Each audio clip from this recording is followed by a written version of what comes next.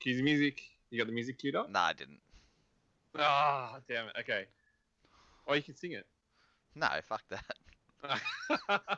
Okay, welcome to the Clutch Kick. I'm one of your hosts, EG, and I don't even know where. Like, Greg's probably floating between us. yeah, if you put your right hand up ever so slightly, you'll probably insert your hand and do an exam on me. Okay.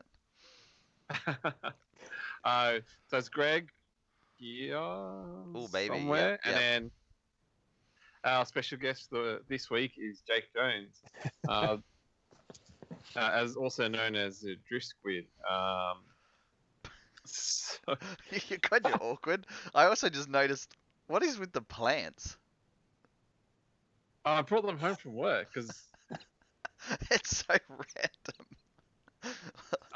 they're the plants I've been looking after at work for about If anybody 3 or 4 remembers years. the episode that EG did from his office, I think they were in the background. No, I didn't do it from the office. No. I mean from that that jungle place that you did it from. That had that amazing screen of. Because it'd be improper to use my workplace's internet. Yeah, fair enough. That's a fair call.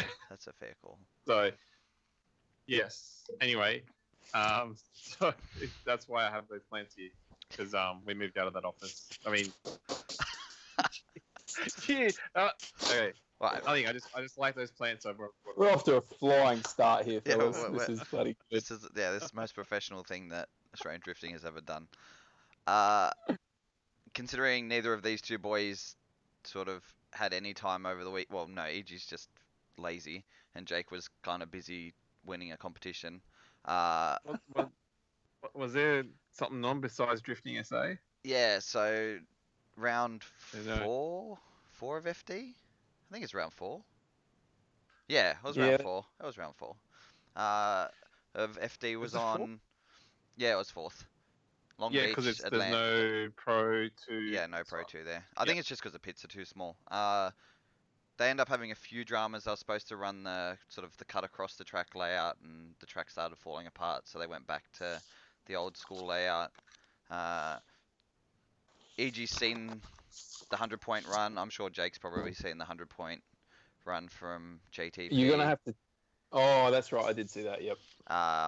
And yeah, first time in a really long time. I think Tanner Faust was the last one a good more than 10 years ago, 13 years ago or something, since they handed out a 100-point. And I would imagine that 100-point probably wasn't all that much of a 100-point back then. But I thought JTP's run overall was pretty cool, and I think a lot more drifty than EG would say most FD runs would be.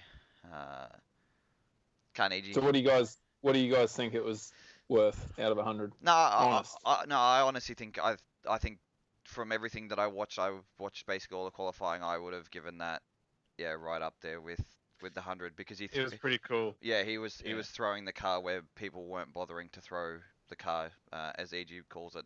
He thinks FD is a bit of a rolling burnout, but I think he chucked the car at every.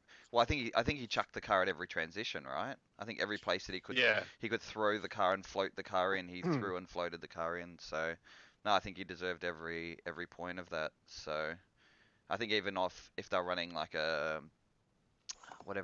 the DOS system, I think he probably would have been 100 plus on the DOS system for what he was doing with how much he was throwing the car and everything. So yeah, I thought overall, yeah, that was good. Electric car did its second event, and fuck, it's boring. It's disappointing. It's so weird. Well, the car doesn't look all that well set up. I really think it needs a flywheel. Like, it needs something to give it a surge. Well, especially considering they're talking it's at like the 400 horsepower mark. Like, no, it's higher than that, isn't it? Is it 400 horsepower? No, they were talking it was only starting at around 400 at this stage, and then they'll do more with it. And maybe it is a little bit higher, but it needs a kick in the guts compared to maybe. But I don't think it ended up that high. So it seems like it needs a bit of a kick in the guts to get it to ramp up and all that. But I don't know. But yeah, just the no noise thing is weird, especially when you've got like the noise king on this, like somebody who's like created a brand off the fact that he's his cars sound cool, and then we're talking about a car that literally sounds like this as it goes around. Yeah, I can't handle it. I like. What's the point of it really when you can watch it? As you know how you get your auto feed rolling through your Facebook and the sound doesn't activate until you actually hit the go button. Like Yeah. it's pointless. It's one of those flick through. Oh, But I hate it. And it's weird because it's the fact that it's like not even like a Toyota Echo driving up the street that you even, you know, the muffler's so tunes it down to basically nothing, but you still hear something. But it's a little bit weird. Plus, it sounded like after the first qualifying run, Travis hadn't done a great job of it, and Jared thought maybe it was to do with, the car itself, like the electric side of things. And he went and spoke to Travis, and Travis said, "Nah, it's like weird car setup or something." So they're trying a brand new chassis that nobody's done a 6th gen Camaro before in for drift, and an electric Yeah, see, driveline. So I don't get that. I would Because just I'd be interested to it see it in doesn't an S matter. chassis. It should just be a car. But it'd just be It interesting should to just see it be a in car. but it'd just be interesting to see an S chassis or something like that. So, Maybe. yeah, but we'll see as time goes on. But yeah, at this stage, I think the novelty's starting to wear off, and most people aren't going to pay too much attention to it until it starts doing uh, a little bit more. Nah, dude, he got lots of attention. Look at the comments. He got heaps of negative stuff. But, he got heaps of comments. but They're all shit. yeah, they're Have all you guys shit, ever been in but- a Tesla? Nah. No.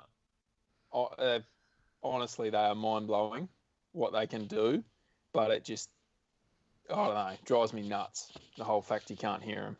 But again, that's a driver experience or like a passenger experience, not a spectator experience. So Yeah, true. uh, so it starts to, yeah, I don't know. I not sure a 32 car field of those would ever set the world on fire unless they were all on fire. I don't know. But I think it'd be like Formula E's reception though. yeah, but Formula E is different though because it's door-to-door racing, so there's more risks of crashes and all sorts of other stuff going on during that passing. That's it's the same. It's kind like of. drifting as well. Like you Yeah. have tandems. Yeah, but Formula E's still got a sound though. don't they have like a bit more of a Yeah. gearboxy noise too, or like a? Well, Yeah, they have they've to got have a- a- Oh Yeah, it's yeah. probably just straight cut gears you can hear, but they definitely have Yeah. a noise. I think it's the gears. Solly's saying it's about as entertaining as the current Super Utes, but at least the Super Utes had, well, they got rid of the tire screech because they put actual like race tires on them now instead of the buddy street tires that were screaming everywhere. And the Super Utes flip. Like, let's be real, they flip almost every race, so that shit's entertaining. But we'll continue on this shit so then we can move on to Jake. Okay. Event ended up being taken out by Ryan Turk, who hasn't won an event in like a good 5 seasons or so. And considering the start to the season that he had, rode off his actual competition car, turned the street car into the comp car, and has podium twice since then. Yeah, I don't know. It's pretty crazy. And then James Dean and Osbo rounding out the podium. So those two guys still going head to head on each other, and I think Osbo's just inched ahead of Odie now for championship lead. So What happened to Odie? he lost.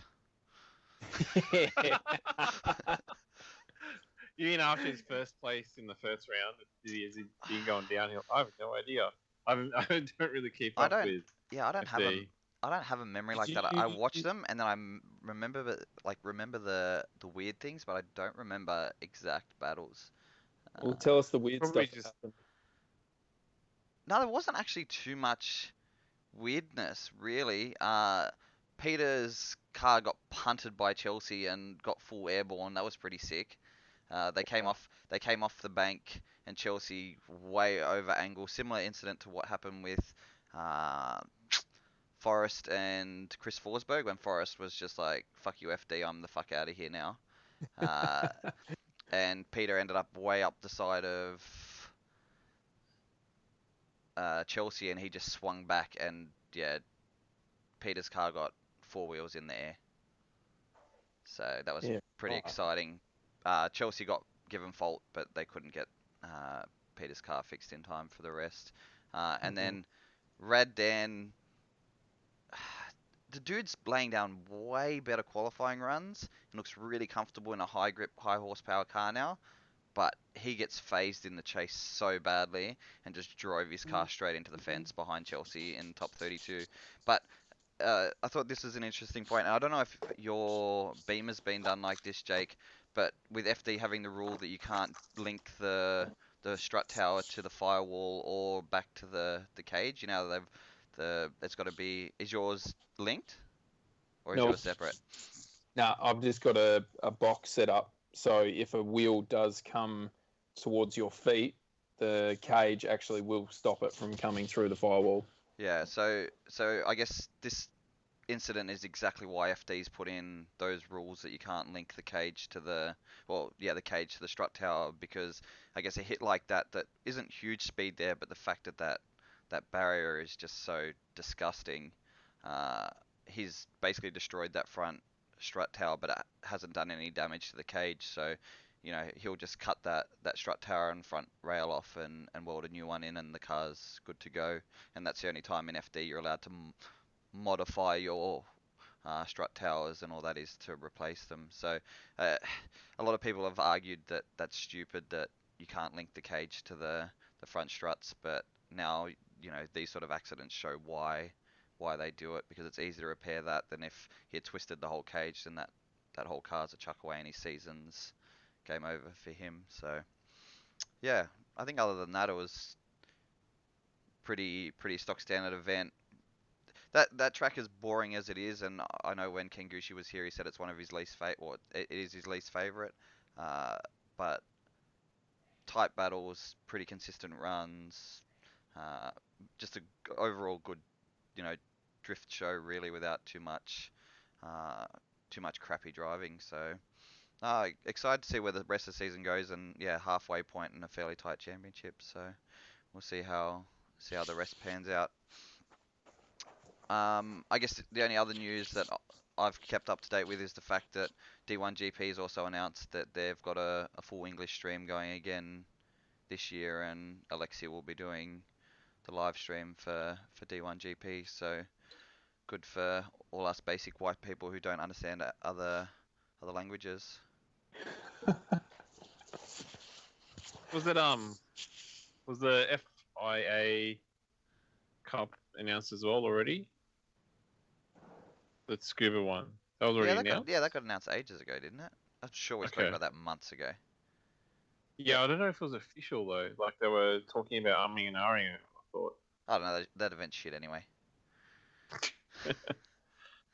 Alright, let's move on to annoying Jake about Jake being Jake. I guess congratulations on the weekend. We've been talking about trying to get you on for months, but it just so happened that you actually went back into Australian competition and won over the weekend. I know you didn't win the battles, and are you cutting out? Probably. I think it's Jake's sound, but that's alright. Probably.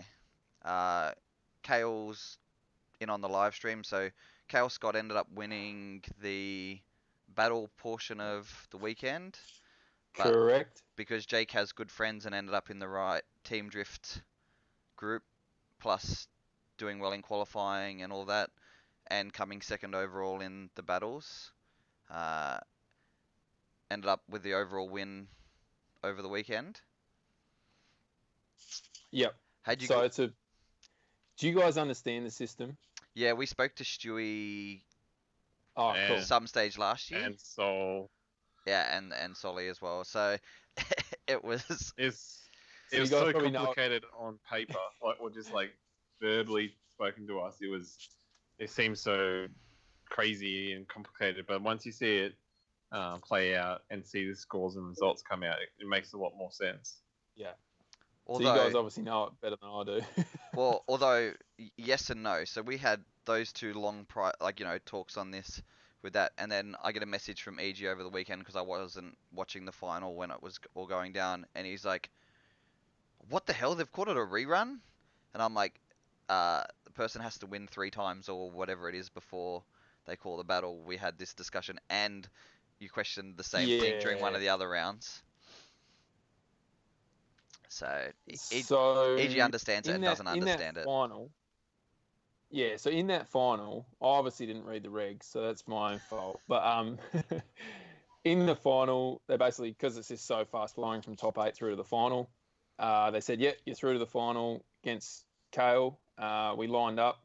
I can't remember if, so I think I followed him first, and then on my lead run, I hit the wall pretty hard, like freaking hard, but kept it going.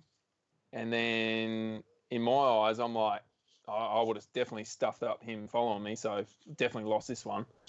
So I just come back in thinking, yeah, there's the result. And the guy just goes, nah, line back up again. It's best out of 3. And I was like, what? So then all these dudes just started running in, going, no, dude, you got more battles. You just keep going until someone wins twice.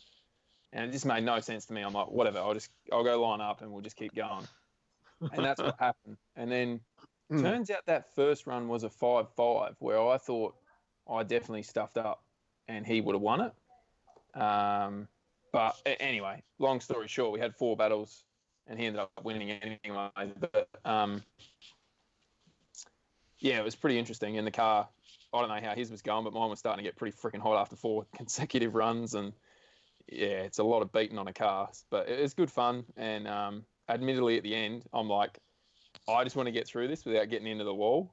So if you'll see my final 2 laps, and I was way off the wall. I was just like, nah, I'm getting through this without going anywhere near that freaking thing. So I hit it twice, heaps hard, and they weren't good. Like, it wasn't like a good wall tap or anything like that. They were just full bashes into the wall, and yeah, somehow pulled out of it. So without wrecking the car, I just wanted to finish the damn day, really. And you're still full rear end in that car, right? It's got tube frame basically around the whole outside. Yeah. And that one corner after hitting the wall, I think I hit it definitely 3 times really hard. It's now flat. It's not round anymore. So, yeah, the car's mint. Car's bloody awesome. But if it's going to bend, it's going to be at the chassis rail now. Yeah, I would imagine that. I know Kale's watching. Was that Kale's first round of that series too, or Kale's second? I know he didn't do most of the series, but it'd be funny if both you boys came in and end up in the final, first round out. I'm not sure. I just know he said it was his first time in a final battle. So, yeah. So I guess before we go any deeper for that weekend, Scott Miller ended up taking out the championship, and I think that was settled fairly early in the day because Dale Campaign ended up failing to make top 16. Correct. And so I think that was, Scott didn't have to do very much to end up taking the win on that, which is a bit of a shame. But from the bits and pieces that I was seeing, Dale was a little bit too conservative and had some dramas in the wet. I think even for the final battle, you guys end up with more rain than other parts of the day, right? I ended up watching your video today, and yeah, those conditions suck. Yeah, it was pretty crap. Like, I feel for bloody Kale. He had no windscreen wipers. I had one. So each run, he was going into the pits and getting his team to bloody rub the window down. It was probably, yeah, I don't know how he did that, but he freaking deserved the win. I'm pretty sure Kale probably had water coming up through his bent sill in the floor and all that sort of stuff too. So, although I have to give him props, that's the best that car's ever looked. Since he's paid it. Well, no, sorry, it was good when it was white, but I hadn't seen it. I didn't really know him then, but since it went red and then he rode off the rear end again after he had done it, when it was white, the silver's the best the car's been looking, but it looks a little bit secondhand after the weekend. So. Well, here's a funny story for you. I actually got another one of his S13's rear ends attached in the Somvia now. I bought it off him years ago. Oh, as long as it wasn't after he had done DCA Calder Park. That would have been the compact version. So I guess the format for that event being the first time you'd ever driven one of, I guess there's only been 4 rounds of it, so not that many people have done it. But what do you think overall of that sort of format from a driver's point of view? Nothing to do with spectator, tradition, anything like that. What do you think of that weekend format from a driver point of view? Unreal. Like, from my point of view, I completely understand where Stewie's coming from and what he's trying to do.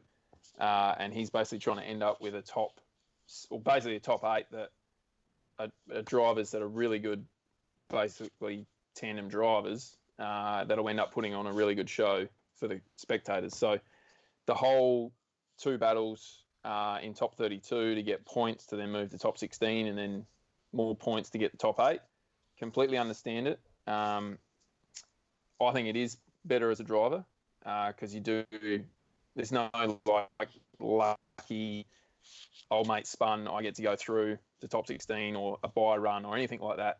It's all earned, if that makes sense. So yeah, I freaking liked it. I just didn't grasp the whole lot straight away. So well, yeah. I think you have to go in there as a driver understanding that, because I think there was a few guys who ended up not qualifying for top 32 because there still was a traditional qualifying run.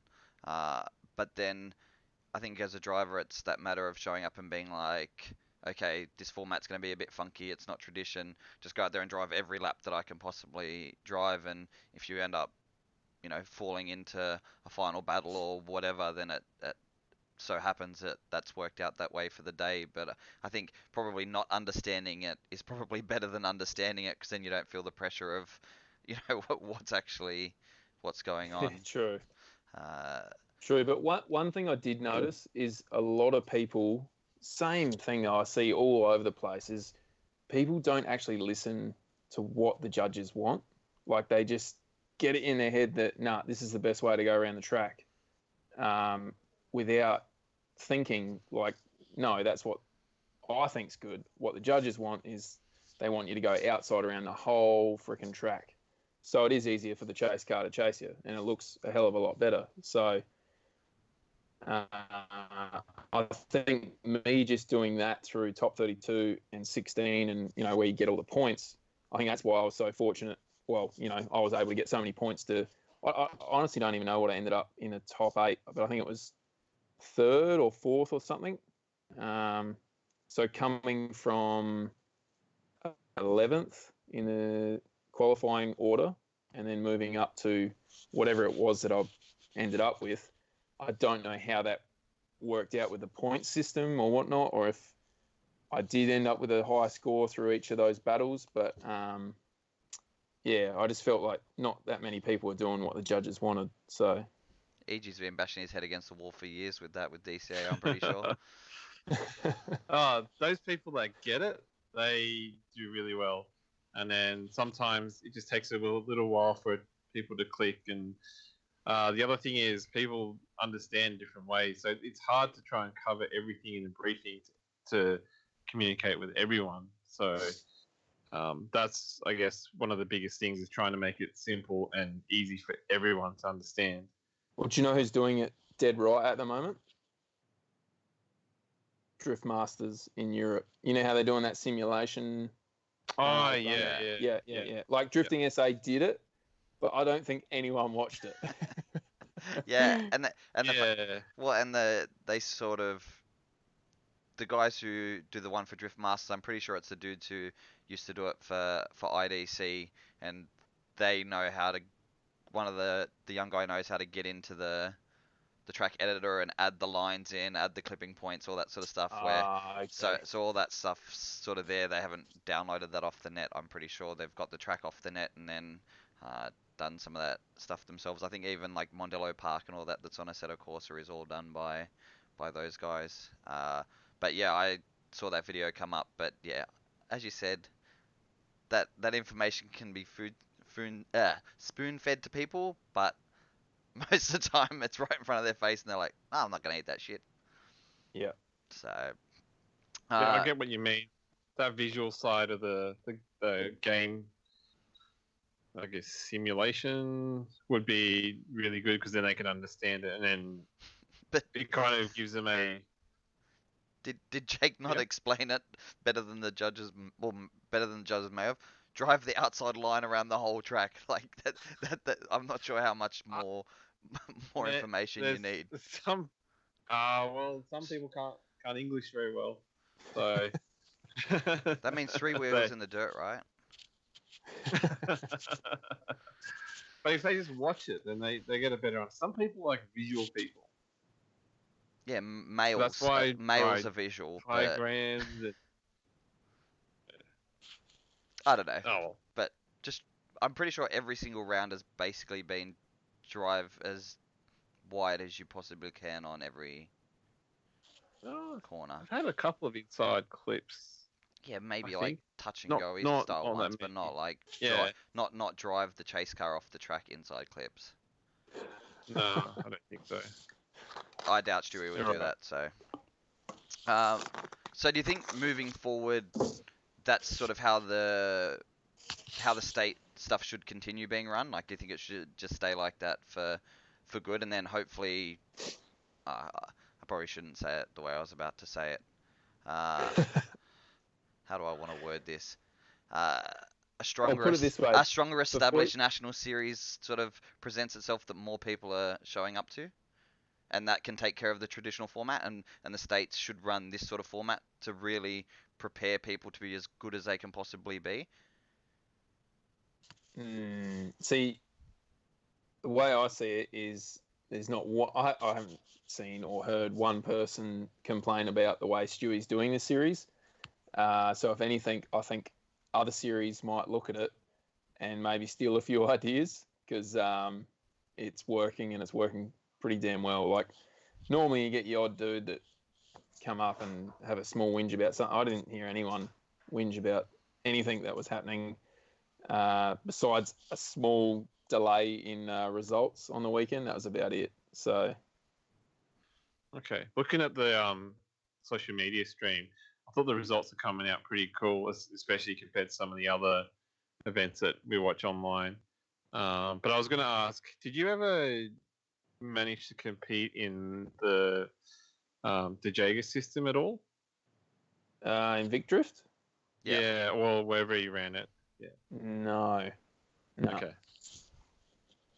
I think- because it would be interesting to see someone do a comparison between the two, because I think they're both like sort of that skill up sort of orientated competition rather than just, I guess, a knockout sort of thing. You know he was a judge there, right? Over the weekend? Yeah. No, I didn't actually. Yeah. So they got 2 or 3 Victorians. There was 5 or 6 judges or something. Wow. Yeah. Okay, that's interesting. Yeah. It was it would have been busy up there. Yeah. Sounds like that's similar to like ice skating, isn't it? Almost. Almost. You're bloody close How to it. How come you know what happens in ice skating? Nah, see, I'm all offended now, but no. All right, nice Ice stream, skating's guys. really similar to drifting, isn't it? Oh, I get it. I get it. No, Hey, Greg, what's those medals in your background over it's all right. Like, you know, just I'm not the international drifter here, so it's you know. They only had 4 judges too, Jake. All right, mate. Oh, did they? Yeah. Your Oh, sorry, Michael. Your ex Presidente. You're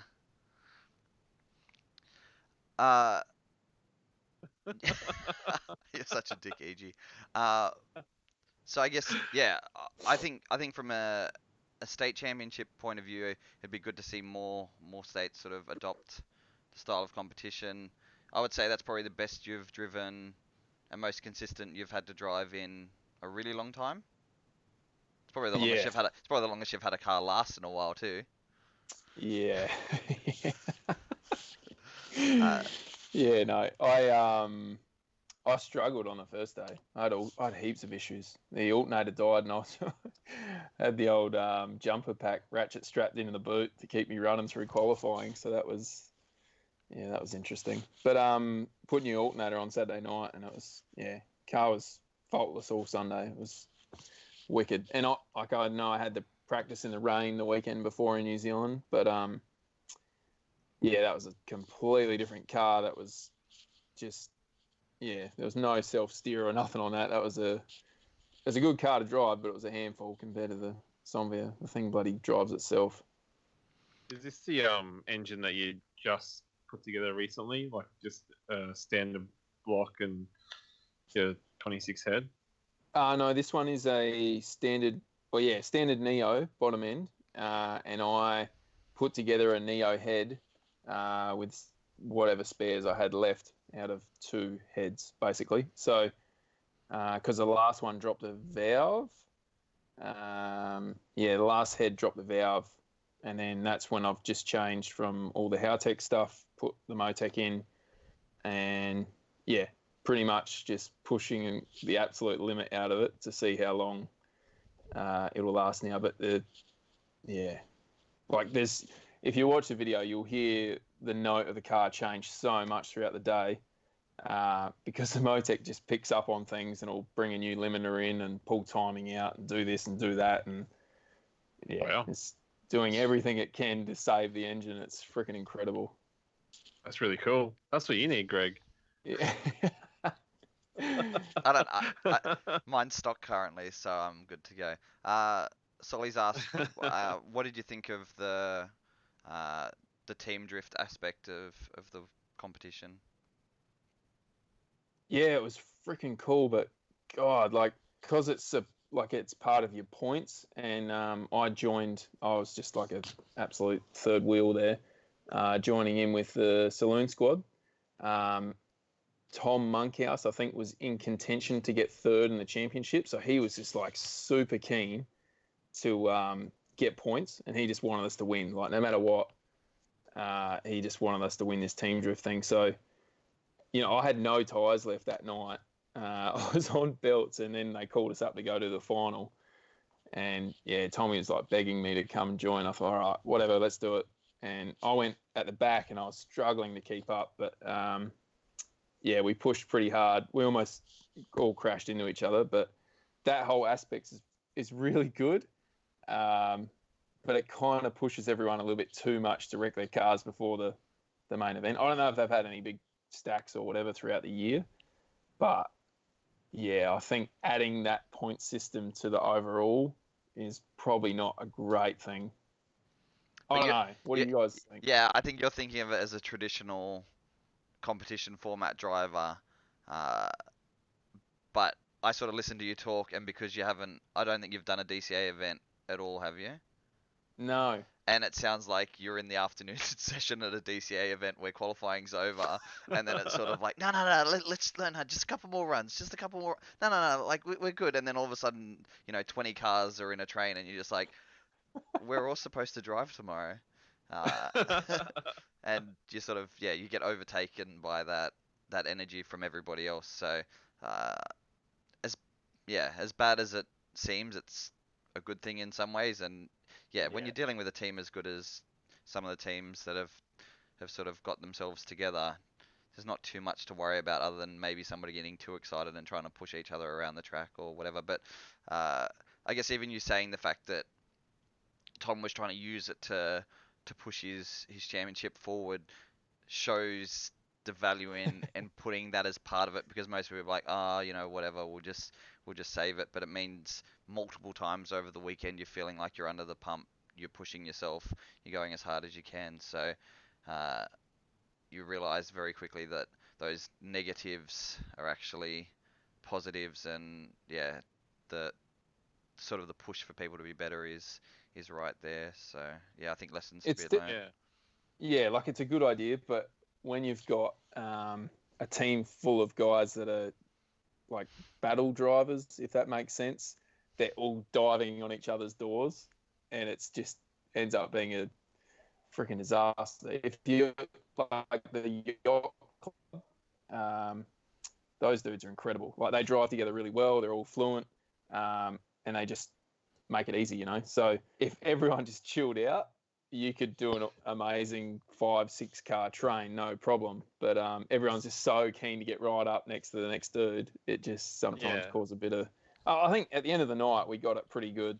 It ended up being just three of us: Adam May, Tom Monkhouse, and myself. And the last run we did was freaking insane, but it took a long time to get there. I think that's a good explanation about why it's kind of important too, because it is a different skill. Because if you get people that dive on each other, that's not really that team drift sort of thing. Because you need to, as a sort of second car or third car, you need to also remember there's another car behind you that you need to allow and cater for. And then the other aspect is planning as well, like how you are actually going to execute the run, or communication as well. Because our group of guys that we drift with, we all have motorbike communicators. So we have in helmet conversations, and it's really good because you can sort of quickly say, can you slow down a bit, or like we need to stop at the start line and then go, instead of just like hammering it straight off because the timing's off or something like that. But even swapping positions, it's a lot easier, so we can just communicate sort of straight away. So I think what you've said is an example of why they should be team drift, but I guess more from what you said, people need to invest more in trying to get better rather than trying to win. Yeah, I get that. Yeah. Kale said that in the chat, like that he would be happier to see the shootout be more towards your individual stuff, and then the team drift be separate. But I think probably another season of it being part of the championship and then it being dropped from the championship. So you've sort of created that culture already. People are going to then hold value on it because teams are going to want to back it up. People are going to want to take it off them. And I think then it will sort of take care of itself as a team drift side of things. I think, another season or two of that, and I think then they can start to give serious consideration to making it its own thing. But yeah, once you create that sort of institution, then people stick with it and keep doing it, and there's nobody really questions it. Where when it's new, everybody's like, oh, this could be done better, that could be done better. So, and Kale's probably saying that he doesn't want it part of it because you beat him over the weekend.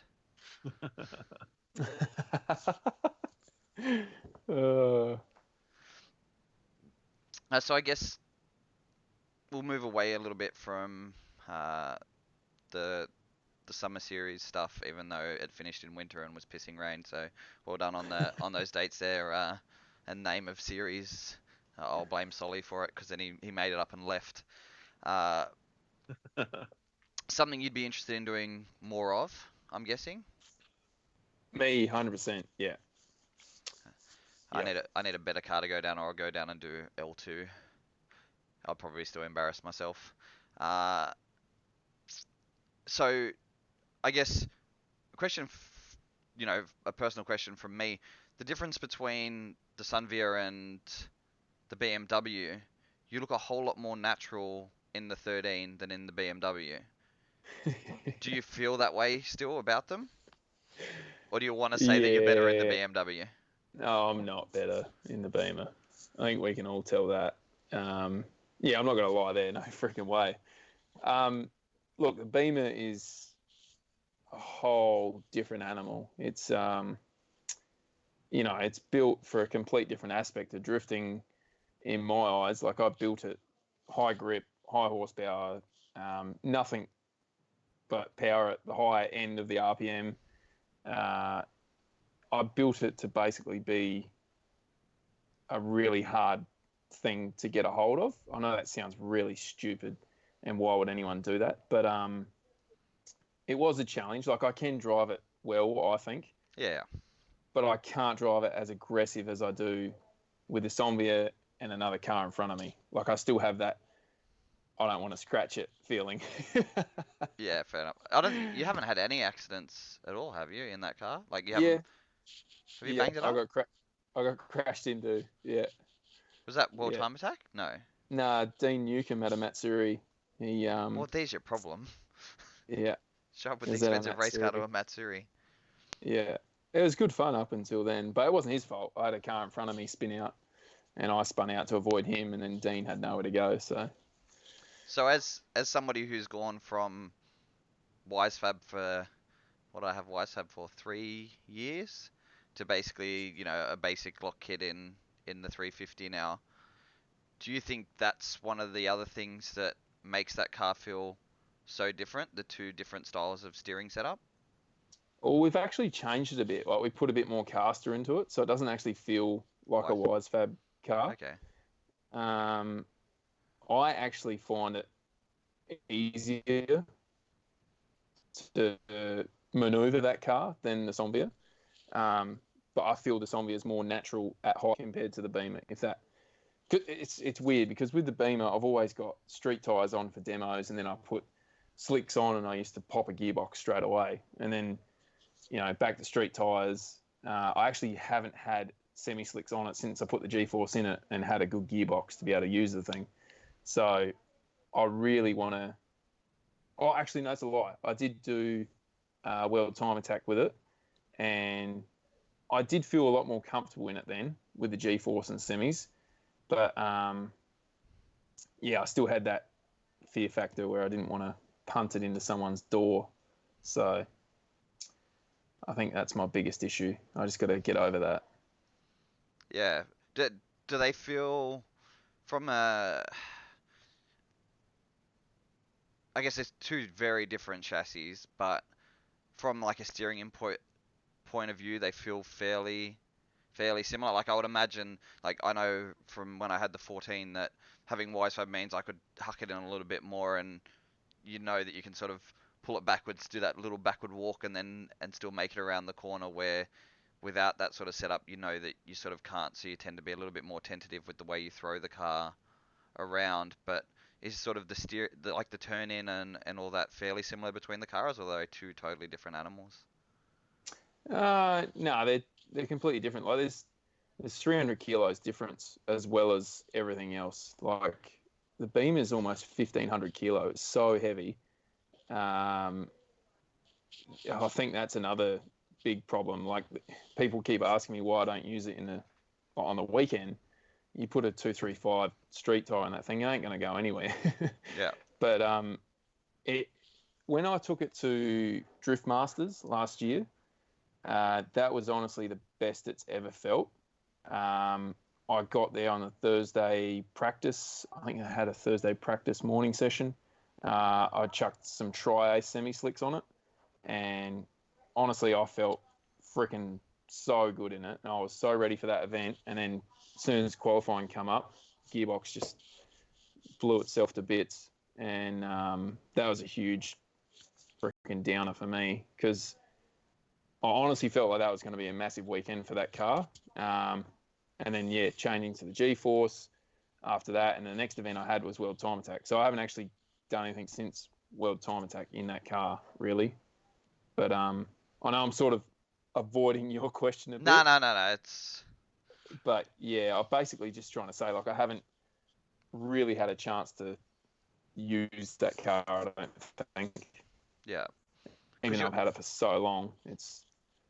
Yeah, so talking about the gearbox, you ended up going from a sequential to a Hape pattern dog box, right? Yeah. Because you're just having drama after drama with the box that you had in there. Yeah. Was that one of the Kiwi gearboxes? Yeah. Okay. I won't say too much more. No. I think a few people have had issues with. I think a few South Australian drivers have had issues with those boxes. But I think most of them are DCA guys. So now that you've decided to compete locally more again, other than doing World Time Attack, are we going to see you at Mount Gambier in the Sunny? Yeah, that's just after World Time Attack, isn't it? Yeah. A couple of weeks after. I'm definitely keen for that. But do you have to do that and Tassie, or you can do No, it's separate. I'm not doing the Tassie trip. Too much money. Yeah. Even though you've done Tasmania before. I have. That was 10 years ago now. I was like thinking of ways of how I'm going to be able to make this Make it work. Like, oh, I so badly want to. And I'll just drive us on there because it's still registered. Yeah. Oh, really? Yeah. Jesus, that's crazy. Yeah, but it works out to be an expensive week. Thanks, Luke, for trying to encourage us all to absolutely blow our end of year money. Yeah, he calls me freaking Jake Loans, and how else am I meant to make that shit work? Jesus. Are you planning on doing Cash Kings, or are you planning on just coming down and driving?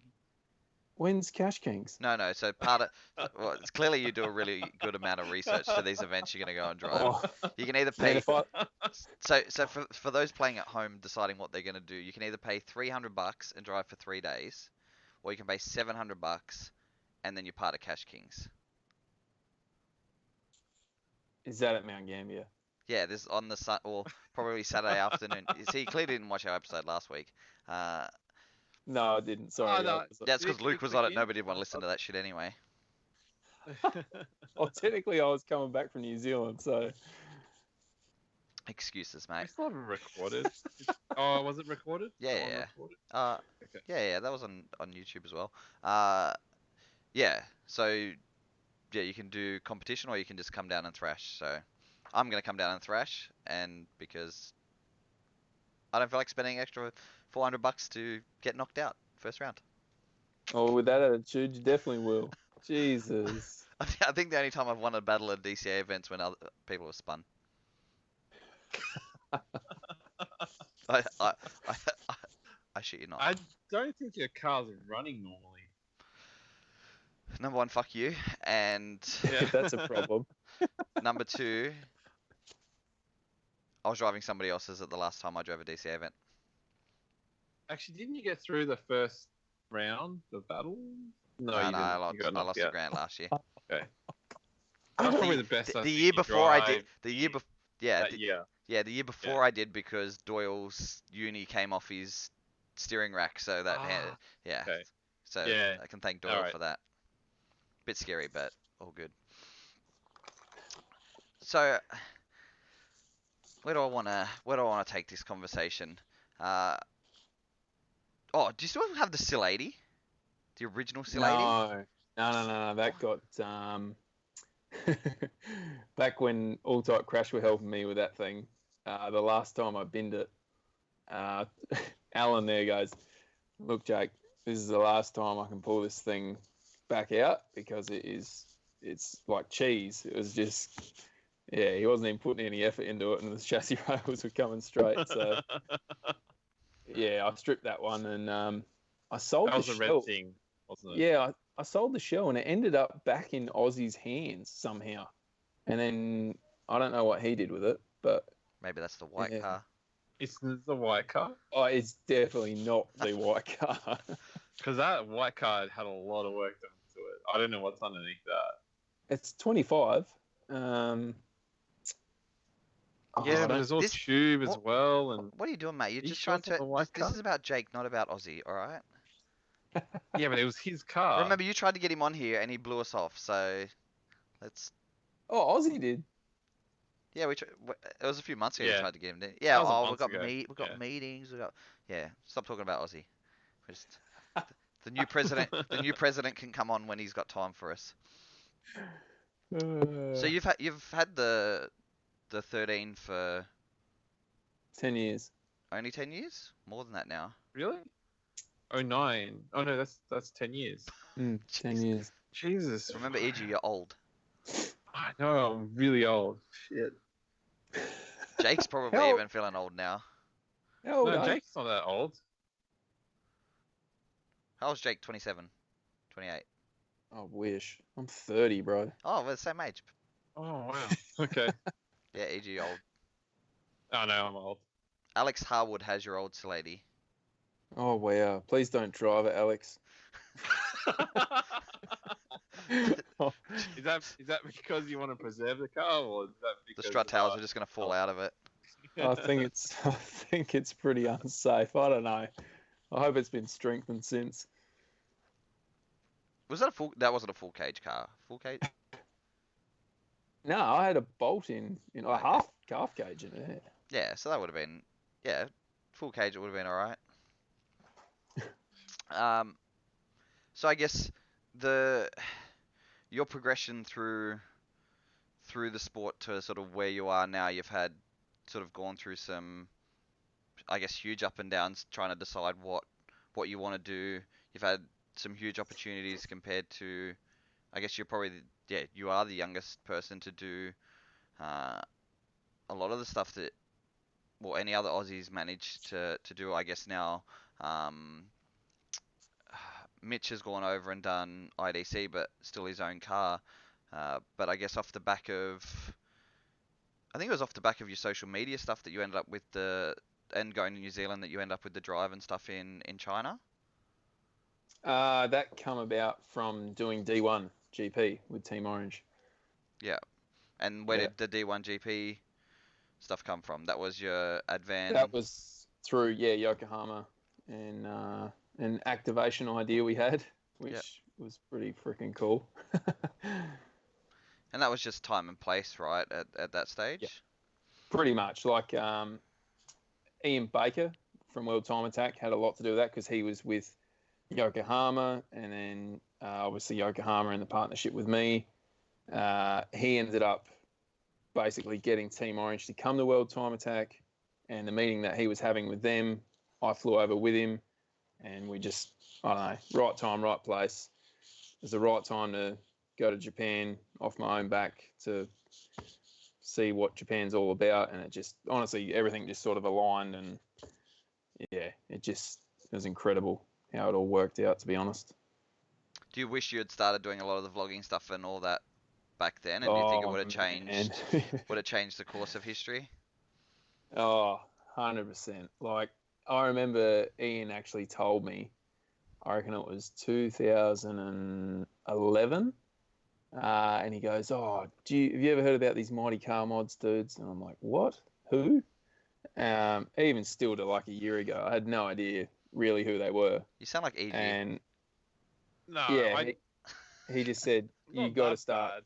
You got to start documenting. It was easier. It was so much easier before. Yeah, and he just said, you got to start.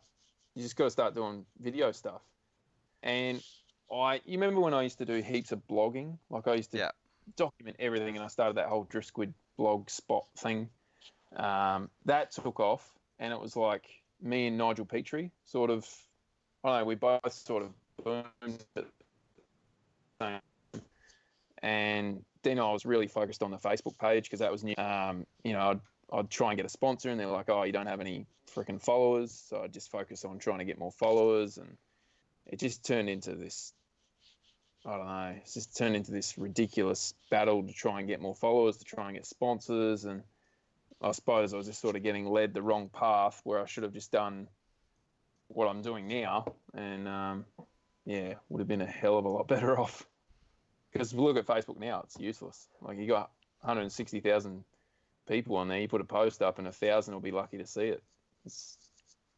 Yeah, I was actually, today, I was bored, and I'm like, I wonder what they think the trends for this year are going to be. And they said organic reach is, like, if anybody thinks that they can get organic reach anymore, it's not a thing. And we've sort of dealt with that with this, like, we don't put any money into it. And, today we've probably had 15 people like the page because of you, because out of your 160,000 people, probably a couple of hundred have seen it and sort of done it that way. But yeah, basically, if you're not putting money into it, nobody sees it anymore, which is pretty shitty, really. And even companies know that. Like, I show a company that I've got 160,000 followers, and they do not care. Yeah, they'd be like, what are you spending a month to keep viewers and stuff like that? Yeah. And I guess that goes on to the next part of it. Like, I guess Fink's got a big following on Facebook, but he's only got 40,000. You've got 120,000 more than that, and you've had good times where you've had some good strong backing, and then you've also had times like now where you've only got a couple of small companies on board. sort of what are the ups and downs of trying to chase that sort of stuff? Like, what so many people think that they can go pro in Australia and all that, but I would imagine you've done more sponsorship proposals than most. Yeah. Man, this really is a crap subject. Nah, that's all right. But you're one of the few people who have actually bothered to do it. Yeah. Yeah. Well, like it just anyway. It's freaking hard. Like the amount of time you spend on it, the worst thing is, right, I'll spend so much time researching a company, finding out what they're doing right now with their activations, their marketing plan. You're pretty much like the ultimate creep. And then you basically try and transform what you're going to do into what they're already doing and just make it 10 times better. And they can literally just go, nah, not interested. And they steal your ideas anyway. Like, it's happened so much to me, and it just gets to a point where you're just like, it just drives you crazy, and you just wish, why didn't I start doing YouTube earlier?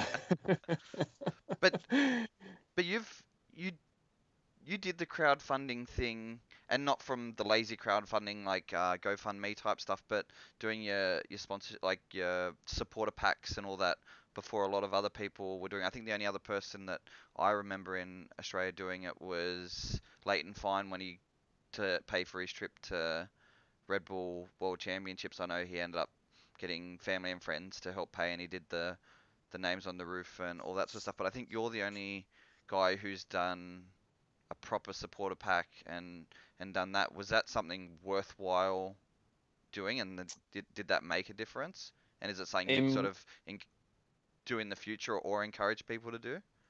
Yeah, like, see, I actually spoke to an agency about that because for years I was like, I don't want to come across as a charity case. It was always something I was really scared of. Like, you can't just ask for money and not do anything for it. It's not me. It's not how I work. So we thought about the whole membership thing. Long story short, ended up costing us pretty much the same as what we got back out of it. So, because I was doing, monthly prizes, and then ended up giving a fair bit of stuff away. We did passenger rides. I still have one I need to catch up on. And yeah, it was like, in my eyes, it was a good thing. I still have kept that membership running. Like, no one's paying me anymore. No one's paid anything after the initial payment of $60, I think it was. I've still got all their names on the roofs on both cars, just out of respect. And yeah, it's definitely a good idea, but you got to give back. Like, you can't just. That's my opinion. You can't just expect something and not do anything for it. So, if you are thinking about doing that, it is a good idea, but you got to give back. But is it something you'd go back and do again? Like, so now that you've done this round of drifting SA and you want to do a full season of next season, say, would it be something that you would pursue again and maybe tweak some of the things, maybe increase the membership a little bit more so that you do end up with a little bit more in your pocket then? Because at the end of the day, I know you're giving away, you're paying for your membership with a supporter pack, so you are getting something physical straight away in return. Is it something that if you were able to commit yourself to a season of something that you would look at doing again if you couldn't get a major sponsor on board? Yeah, definitely. Like, I think it did work well. And you go to, like, I went to World Time Attack, and a guy come up just to show his kid that his name was on the roof of the Beamer. And it's pretty crazy how sort of emotional they get when they see it, and I don't know. It was pretty awesome when that happened. But I'll definitely think about doing it for the next year, I think. Because it really is no different, and I guess this is advice to you, even though it's your advice. Is you are giving away something to people, and considering your Patreons and all that, it's a way better way of doing it rather than setting up a Patreon, because a company's not taking money off the top, because that's all that is. Like, it's a platform to use it for that, where you sort of set yourself up in the first place to be able to do a Patreon style system without going through through a third party and sort of had yourself set up on that. So it just seems like that's the direction that a lot of that talent stuff is going anyway, is asking people that if they would like to keep seeing it, that they help in some way, shape or form to keep that content going. So Yeah, true. I mean, there's so many people doing it and not doing anything back, which I find pretty surprising. Like, there's a lot of people out there that just seem to give money away for nothing, but I just haven't found them yet.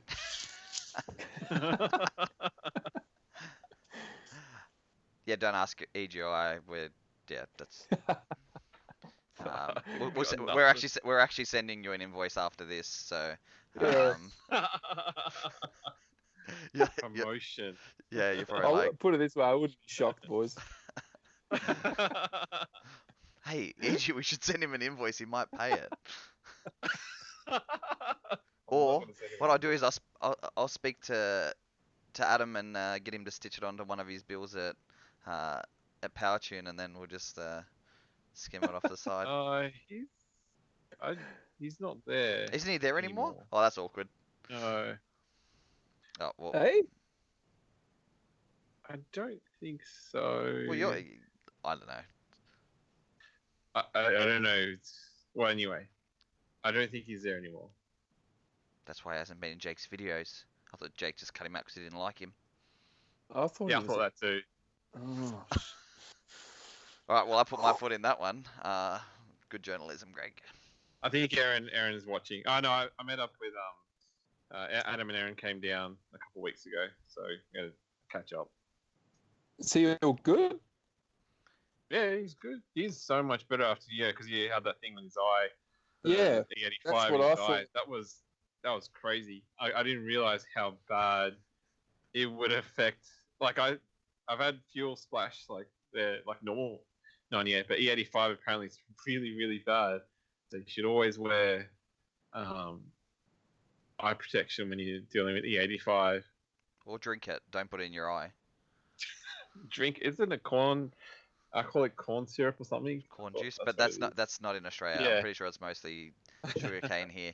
Yeah, Aaron just confirmed that he's gone. So go me for putting my foot in that one.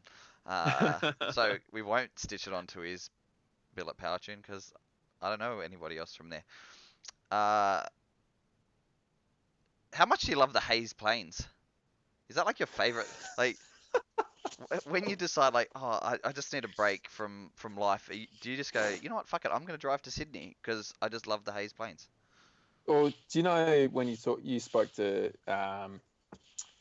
good old Jacko, and you know how he drives a truck and he was talking about how he's got all that thinking time? I'm pretty sure it was him on your show. Yeah. Yeah. It's good thinking time. Trust me. Like as in solo. Like as in thinking like I'm just gonna hook this left straight off the road into Okay. a pole, or like.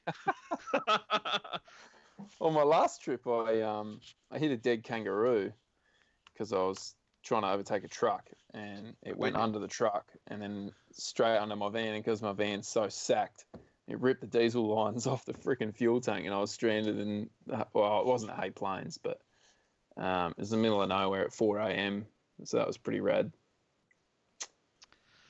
Let's just blame Jack. He was probably jacking the truck in front of you, and he's just like, let's flick some shit at Jake. Yeah, that wasn't a good time. But, I fixed it and ended up getting the PowerTune, so it was all good. So, some of my favorite series of videos and sort of the format of the event was your China stuff on that front straight at that little circuit in China, because I think for somewhere like Sydney, it'd be a great place to, if they would widen the front straight at Sydney Motorsport Park. There's a grandstand there. There's permanent lights. If it rained, you could still run it there. It would be perfect for that. As a driver, was that like, other than the fact that, as an athlete a non-Asian athlete in Asia, the crowds, tend to flock to you. Yeah, it's stupid. What was the driving exciting? Was it a fun event to drive at? Do you think that sort of event would work somewhere like here if you could pull crowds in? I think it would. But the thing that made it so incredible, because that grandstand was always packed, and if you did anything abnormal, they just lost their freaking mind. So they do like an opening ceremony, and you'd start off by going up and doing a donut around the commentator because there is no health and safety there. It doesn't matter. And they'd lose it. You could hear them over the rev limiter of a 2J. They all got up losing their crap. So then the next time I did the same thing, but held the steering wheel out the window, and they just lost it even more. So you always wanted to one up it, and they just reacted more and more every single time.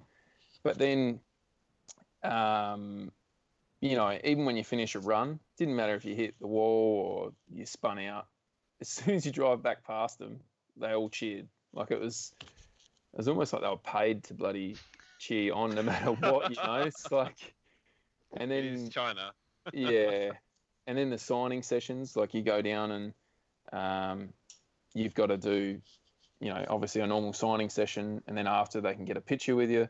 We literally had to get dragged like by security out of there because people were just like grabbing you, like wanting a selfie. That's the only English word they knew was selfie. It was incredible. It was one of the most bizarre things and it never changed. Like it just got worse and worse as it went on. I guess I don't see many Aussies over there. So, Do you think? I guess why did that championship not turn into some form of momentum to being able to use it for you personally to be able to use it for other similar sort of ventures and stuff? So it was more of a show than an actual drift comp. And Red Bull were obviously heavily funding it. So I don't know, the full story or whatever, but you guys know you got Red Bull China and then you've got Red Bull Austria. Like there's two different companies. So I don't know. I'm guessing the Austria one's real, the China one's fake. And so they were heavily funding it because track time there is obviously really expensive. And as soon as they pulled out, it sort of started going downhill pretty quick to the point where I think the last time I went there was only 8 drivers. And that's when Aspo was there. I think they were trying to pick it all back up again. And now it's not a comp anymore. It's just a demo. I think maybe 2 cars do it. That's it. So yeah, and they don't work with D1 in China or anything like that. They don't have a proper series or anything. It was just a one-off 3-round thing every year that was it was kind of like World Time Attack, but in China. There was like a time attack weekend with drifting at lunchtime. Okay. Yeah, because that stuff wasn't super clear through your videos, like what it sort of was. So you just little championship sort of thing, like just run it on the front straight because easier. And when you sort of look at I think when I looked at that circuit on Google Maps, I don't think there was much in the way of linkable sections. And definitely not spectator-friendly linkable sections and stuff like that. So I thought, oh, cool concept to run it where they were running it, and it seemed to work really well, even though, fairly slow speed in comparison to some stuff that goes on around the world. And then just the fact that there was, I think around the same time or just before it was when they had, what did they call it? Remember when Vaughn and Chris Forsberg and all that used to send cars over and do that world drift blah whatever inside the stadiums and stuff over there. That one event a year type thing, and that stuff was wild. WDS. And just writing off cars and doing like silly shit. Yep. So I thought, they even had Ryan Littoral, Matt Powers, like all those dudes going over. Forrest Wang. But then that sort of died off, and I think that was the last time I had seen some of that stuff was around the time that you had started doing your trips over. But then then there seems to have been this huge surge for D1 in China, but it seems like just money being thrown around to even just to make those events happen, because they've rented out a stadium and there's 3 people in there watching, but they've laid tar down and are going ham. So yeah, it's pretty incredible what can happen over there, and how quickly things can change. Like I learned a lot over there. Yeah. So I guess what's next for Jake? Where does Jake what does Jake realistically think he can do, and what does Jake want to do? Realistically, I I'm couldn't even. realistically in the short term. I mean realistically in the short term, not realistically in the long term. Okay. Because everybody wants Jake in FD because Jake has his FD license and all his fans want him in FD and all that sort of stuff. But that's $100,000 a year plus exercise. Big plus. That's provided the car's there and you have the support there already. Yeah. Yeah. I think everyone knows that's my long-term goal. Realistic goal, I struggled to do last weekend. So that kind of puts it into perspective, I guess. But, I've got Darwin, the State of Origin event coming up that I'm trying to get sponsors to do that. I heard, I know one of the guys who might be judging, and I heard he takes like pretty heavy bribes. Like the names of the judges haven't been announced yet, but I heard at least one takes heavy bribes. So yeah, and then I wanted to get to bloody Victoria to do some rounds there because that series looks freaking wicked. World Time Attack's coming up so quick, and that's not a cheap exercise at all. There's Adelaide Motorsport Festival got canned this year, so as much as I wanted to do that again, it's kind of a sigh of relief because that's another expensive weekend. It's just, I'm just trying to get support. Like I've got so many things I want to do and some really incredible activations that companies can leverage so much from. But yeah, just not getting any bites at the moment. Yeah, I guess so. Because you have been so active with trying to make that stuff happen, and I think again more active than pretty much anybody else in the country has been.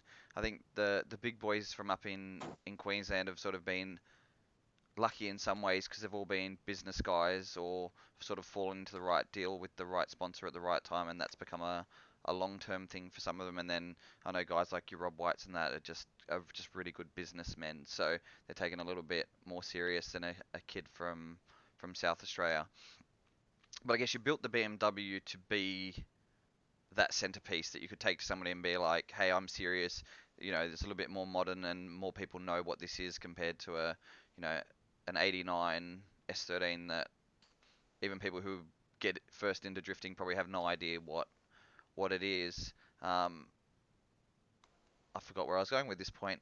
I guess when you do an event like your Adelaide Motorsport Festival, is that because the event is cool, or partly because the event is cool and you are gonna try and use it for leverage to try and be like, hey, I'm doing these events that nobody else is doing? It's more or less what could happen at those events. It's not because no one else can do it. Like the last time I did it, I made sure I could have a heap of guys that were representing SA business. So I had Darren Gunn, Dean Newcomb, and I had Daniel Pryor. So all those three dudes had SA local companies all over their car. So I was not only trying to help those guys, but also the businesses supporting those guys. And I was meant to have a local company on board for that event, but it just didn't work out. But yeah, I don't know.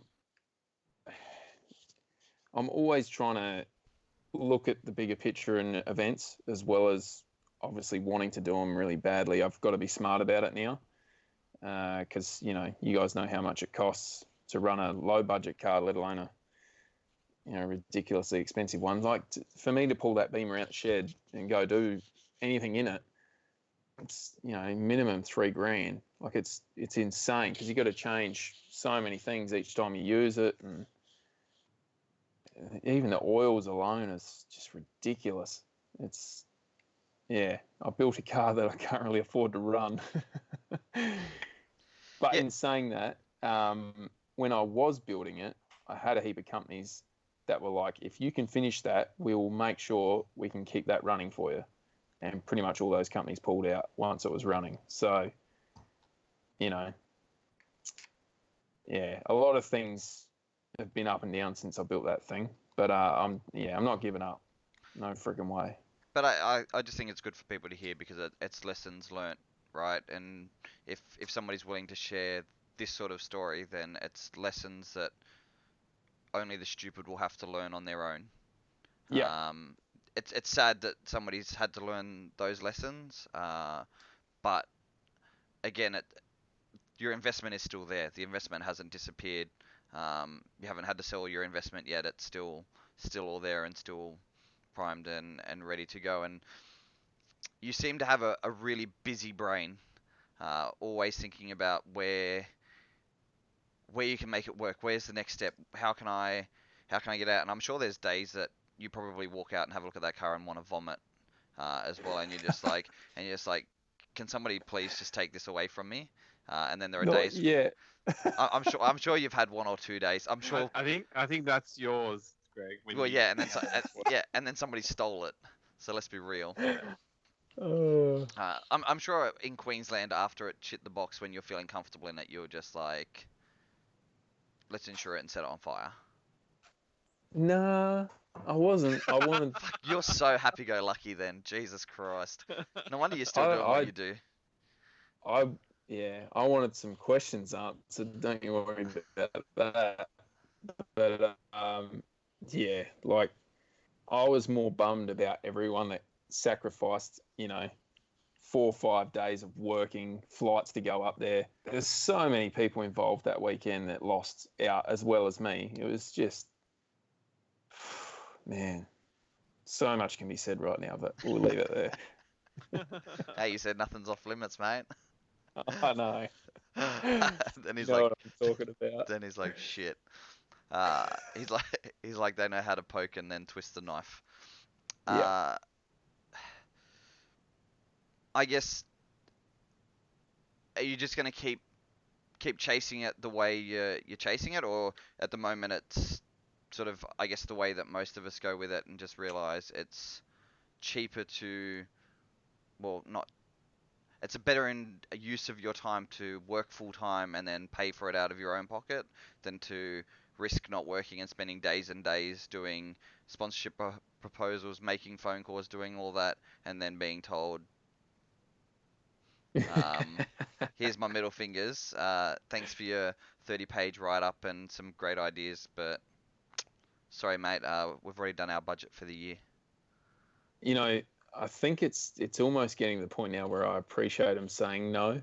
It's when they don't say nothing. And then they use your idea anyway, and then you're like, oh, well, Yeah. I know they read it, but they couldn't even send back a no.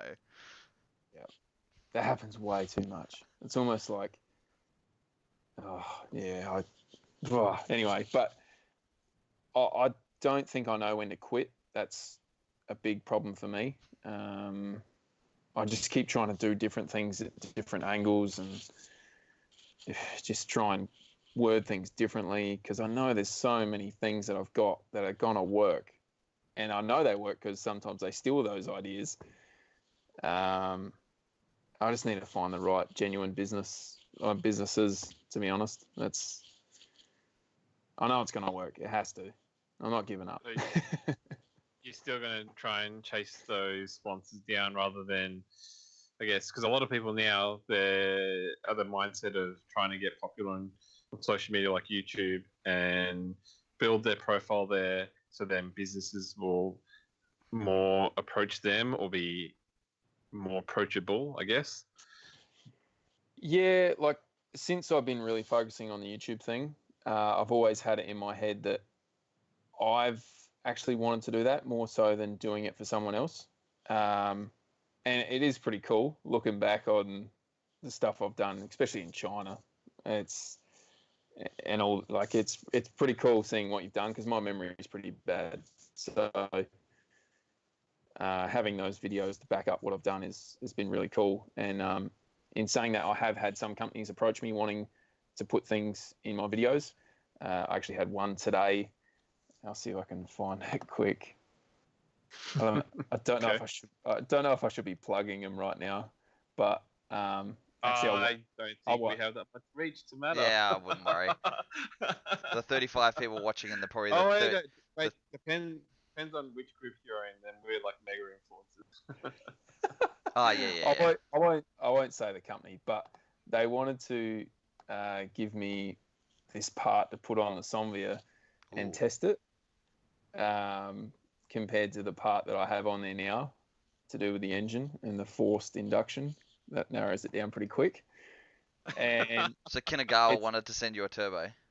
Honestly, it's a company with an even weirder name than that. So I don't even think they exist, to be honest. So what you need to do, I'm guessing there's an oil cooler on the 13, right? Well, disconnect that. So because you don't want to have to throw away a good oil cooler, wait till the motor's on even lower compression, slap that thing on, and see what will blow up first, your really low comp 25 or the turbo. But yeah, don't waste good like oil cooler lines and stuff like that. Just I'm not even wasting my time, to be honest. Could make a really nice lamp or something though. It looks really good, I must admit, but I know it's not going to perform. Next minute, Jake Jones is sponsored by Wish.com and their turbos. Oh, I wouldn't say no. But yeah, like companies do show interest, but yeah, I've only had a couple, and they've, it's not really relative to what the people are. So if, for instance, today the turbo company, that is relative, but I've never heard of them. I've done a bit of research, never heard anyone ever using them, so it's not something I really want to promote. But then on the other hand, you get your classic like dash cameras, all that sort of stuff, and it's not relative. Like, how many guys want to hear me talk about a dash camera? In fairness, if somebody's offering you money to do that stuff, just do it. I was watching. I feel dirty saying it. I only go to TJ Hunt once I've killed all my other stuff to watch. And he literally spoke about erectile dysfunction medication in one of his latest videos. Holy shit. Oh shit. I swear on my life. That would have been a joke. No. Sure? It was an ad. How did he plug it? How is that you do videos and you do your and his like target market. You do your start part to the video, and then you do that part way through thing. This video is sponsored by blah blah blah. Yeah, like if you're having like videos, check out their product. Yeah, while we have a moment to talk about it, like a lot of people suffer and stuff like that. How much would you do it for? No. Well, it's free money, really. Yeah, how much would you do it for? Well, I don't have. What does TJ have? 1.3 million people. Yeah, but if you were him, how much would you do it for? Fuck, I'd probably do it for $100 on a video, like. I think we'd plug it more than we plugged Mark's channel. Yeah, probably. Whatever that channel is, I can't remember. No, he came on and left, so he can. Oh no, yeah, he had 5 minutes. Yeah, so he's out. I'm literally trying to find this for you guys now, because. Jesus. It doesn't seem. He must have got paid a bit for that. Crazy. And you're right though. I don't think we'd take much money for this. Yeah. $100 for us would be huge at the moment. Yeah. So anybody who wants to hear it. Okay. Put it in the link. I'll see if I can. Yeah. No, you can't put. I don't think you put links in the live video comments. So And you Just won't can get you play it? you won't get the sound, but it's Best thing is we're making him money here.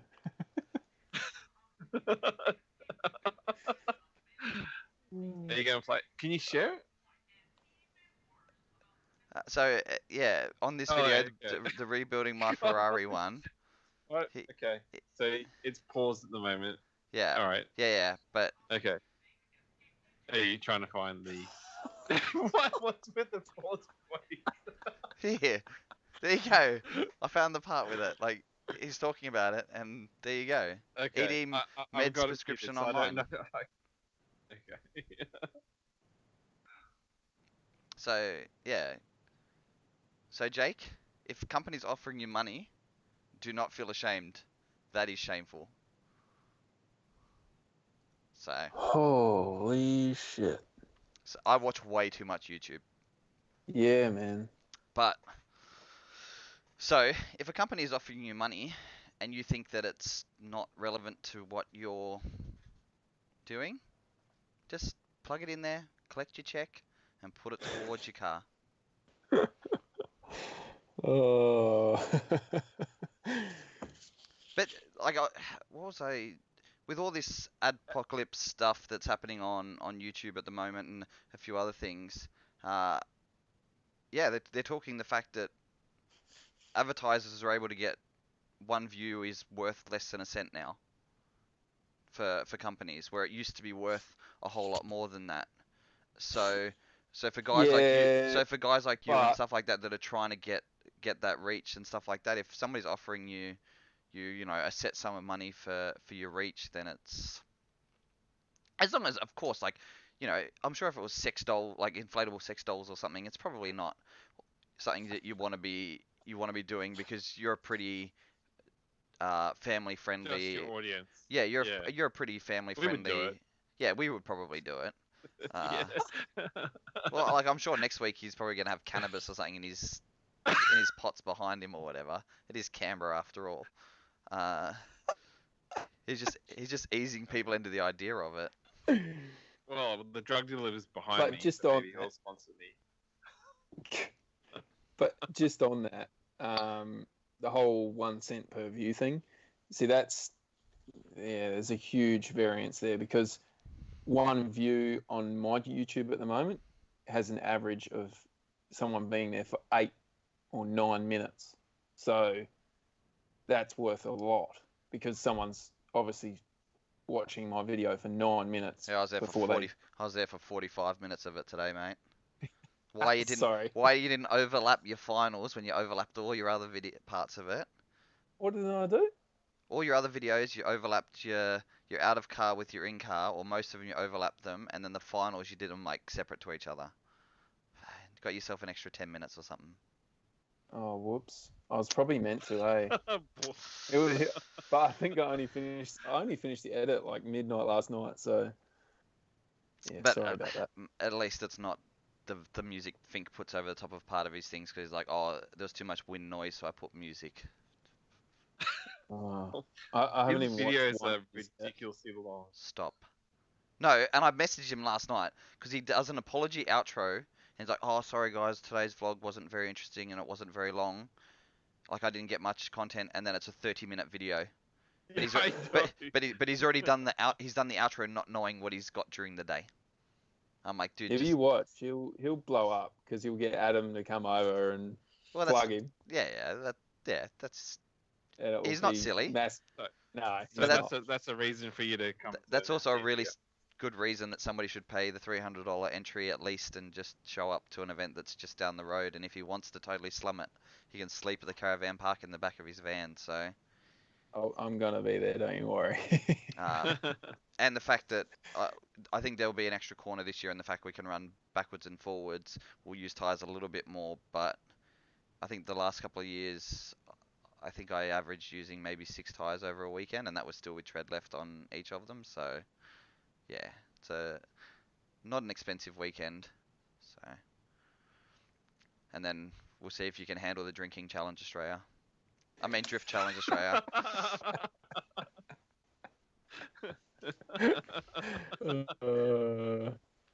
Oh, look who comes on just as I talk shit about him. Oh, Jesus! Oh, what a His ears were burning. Dead set ears were burning. I know. I think if anyone watching doesn't know, Think's now vlogging.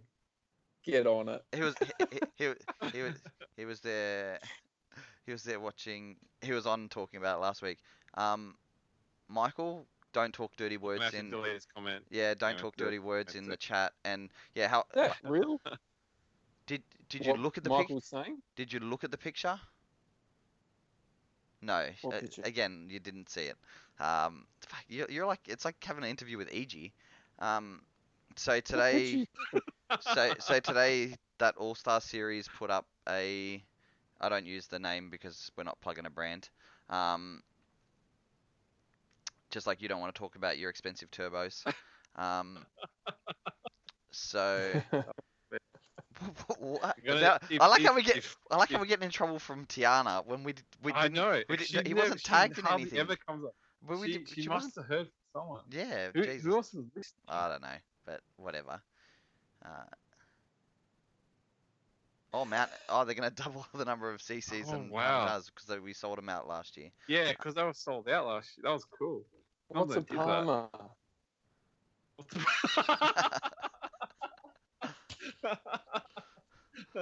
The freaking Palm Think, Jesus. I forgot where I was going with this. Oh yeah, so on that series Facebook page, they've posted like a crappy little like cutout of a track map and being like, this is where round 1 of 2020 is gonna be, and everybody was like, oh, it's the bend. It's not the bend. It looks like a track that World Time Attack is running on this year.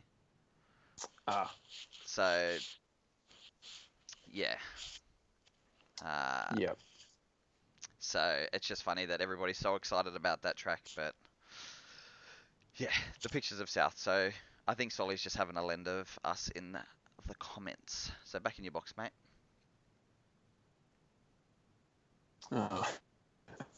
Oh, Jesus Christ. 60 minutes to win at budget's gone up because of that sponsorship deal. That's great. Just what everybody needs is probably a $1,000 bar tab at the Gambia Hotel.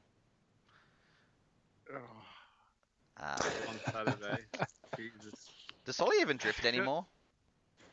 I don't think Solly even drifts anymore. He's just he's changed his car. No, he's going to come down to Wakey, wasn't he? Well, that's what I'm saying. But he keeps telling me, he's spending money on his wife's car and stuff. Bloody good excuse. Isn't his wife's car in? Oh no, she's coming down to Wakey this weekend. Wakefield's on this weekend. Speed off the street. So that's not even. That's what I'm saying. It's not even drifting. All right, enough of their business. See, it made me lose train of thought now. No, I think we didn't cover enough about what else you would do in the future. Yeah. Yeah. And so maybe like if you, lots of ifs, lots of dreams or whatever. Like if this happened, then you do this. I don't know. I don't know how to explain it. So I guess at the moment, what would you say your biggest focus on it all is? Like, is it continuing to try and grow that social media reach so that you do get bigger opportunities and maybe an ED company will come to you and throw you money to talk about it in a video? Or is it sort of really focusing on still trying to sell the car? I mean, and when I say sell the car, I don't mean people he's trying to sell the BMW. I mean like he's trying to sell the space on the car. I didn't mean for you. I meant for the basic people who watch this, like, I don't know, Jake O'Mara. Yeah. I've dropped all my focus on Facebook and Instagram. Like, I know I still do a lot there, but I don't do anywhere near as much as I used to. I mainly just focus on the whole video side of things and capturing events. I get a fair bit of a kick out of explaining what I'm doing and what's involved with the whole drifting aspect. Like, tomorrow I'm doing a video about how much the weekend cost me, all the damage that's on the car from the weekend. Don't fix it. What do you mean? Don't bother fixing it. I'm watching your video I'm not- today, and you're like, oh, like I got a little dent on my door, like I'm gonna have to repair it, and blah blah It's a blah. big dent. Just kick it out and then show up to Gambia. You're good. Yeah. What's your next event in that car? I want to get to Darwin, but I can't afford it. So. But even Darwin, like yours, would still be one of the prettier cars showing up there, even with a dent in the door. Yeah, probably. Yeah, one of EG's teammates is driving it, so like that's enough said. What? What, my car? No, driving that. Yeah, he wants to drive your car. No, he wants to. Well, yeah, swap. he actually said, yeah, the one who said I want to swap cars with you. Oh, what's he got? A 13 with God's motor. Who's what? Both called An Jake, SR20, so mate. they're confused. SR20. That won't even bloody make it to Darwin on the back of a trailer. No, it's all right. Hey, that car won the last round of the Darwin series. Oh yeah, no, it wasn't you, Tate, that did the dent. Turns out it was Kale. Well, I'm not even sure that should have ever been a question. Wait, what? The fact that you did a battle with Kale, you're going to come out with damage. No, I wouldn't have if he didn't hit hit a wall. Oh, No, he hit a wall and straightened, and I went into him. So technically, it was my fault. Sorry, Kale, wasn't your fault. Look, he's almost primed and ready for DCA now. He's gonna come and then he's gonna transform everything. Jake's gonna shut down his YouTube account, shut down Facebook, and just be like, I'm just gonna drive DCA from now on. This is what real drifting is. Which car would you bring the DCA? I think Pink Cast as well. Wait, what? Fink was asking which car you'd bring to DCA. I would hope the black car comes to DCA. Yeah, I can't Aren't afford. they both black? No, it's white now. Yeah, it's white. Come Okay, on. Sorry. You're a shitty fan, mate. Not even a real fan. I had a Jake Jones signed poster from Wartime Attack. What year was that? The year that Mad Mike had the car was back in camo. Oh, The when we both RX-7. had Yokohama? Yeah. And you were forced to get a Jake Jones picture Nah, because I was after Mike? Nah, mate. I was signed up to your blog spot and all that sort of stuff, so I was a fan. Oh, that's cool. So, sorry, did I say fan? I meant fangirl. And then you just stopped driving Australian events. So what can I say? Oh, come on, mate. It did kind of feel that way though, because I did see a lot when I was starting off, especially with Drift Australia, and I think I went to Drift Super Cup as well in Malala. And I was doing Vic Drift. What else was I doing? Yeah, so there's a lot of events that I think I was going to, and you were there as well. Like I didn't drive, but I just turned up to support mates or take photos. Yeah, the thing that screwed me was New Zealand, man. I did that whole year off my own back. That screwed me. That was, that was a hard one to bounce back by. And then I built the Beamer, so yeah. Finky didn't dodge the question. He said he couldn't afford to bring the BMW to. Couldn't afford to bring it to both cars. But afford to bring the BMW, so you to bring both cars. Well, you could bring the BMW down and put it in the car show that Fink's got going. Oh yeah. It's calling me money bags. You don't have to drive the car. Just bring it down and put it on the grass. No, the Beamer's staying home. Lame. Unless Jake gets a sponsor, then it's going to be everywhere. Yeah, maybe don't bring it to Gambia because EG's bringing a car, right? It would be a problem if I lend it to someone. Oh, sorry, I didn't even get to lend it. If someone takes it, no, then it might be a problem. No, what I'm saying is that EG will probably try and run into the side of you or something. Me? No, it's because you're going too slow. Doesn't everyone have that same rule that Fink has? Like he won't actually hit you unless you ask for it, or No. is everyone? No, I'll hit Greg. Yeah. Just because he keeps straightening up. I have to keep him sideways, so I need to push him around the corner. Yeah. Just leans on my rear quarter and keeps me sideways. Yeah. Hey, you need to. Oh yeah, you were supposed to come up to the last Wakefield day. I know. I was looking forward to that. And I can't go to the next one. What about the next one? The one in November is going to be huge. Going to be huge. I'm trying. I'm working. I've got 2 night shifts coming up in the next 2 weeks, which are big weeks. So You should do more night shifts. I'll be cashed up.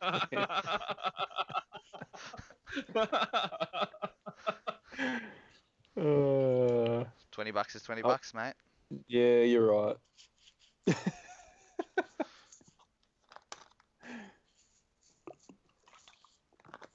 Oh, there we go. Fink said that you were worse to chase than me at Port Macquarie, mate. So, yeah, suck on them ones, EG. Yeah, I know. I was driving pretty shit.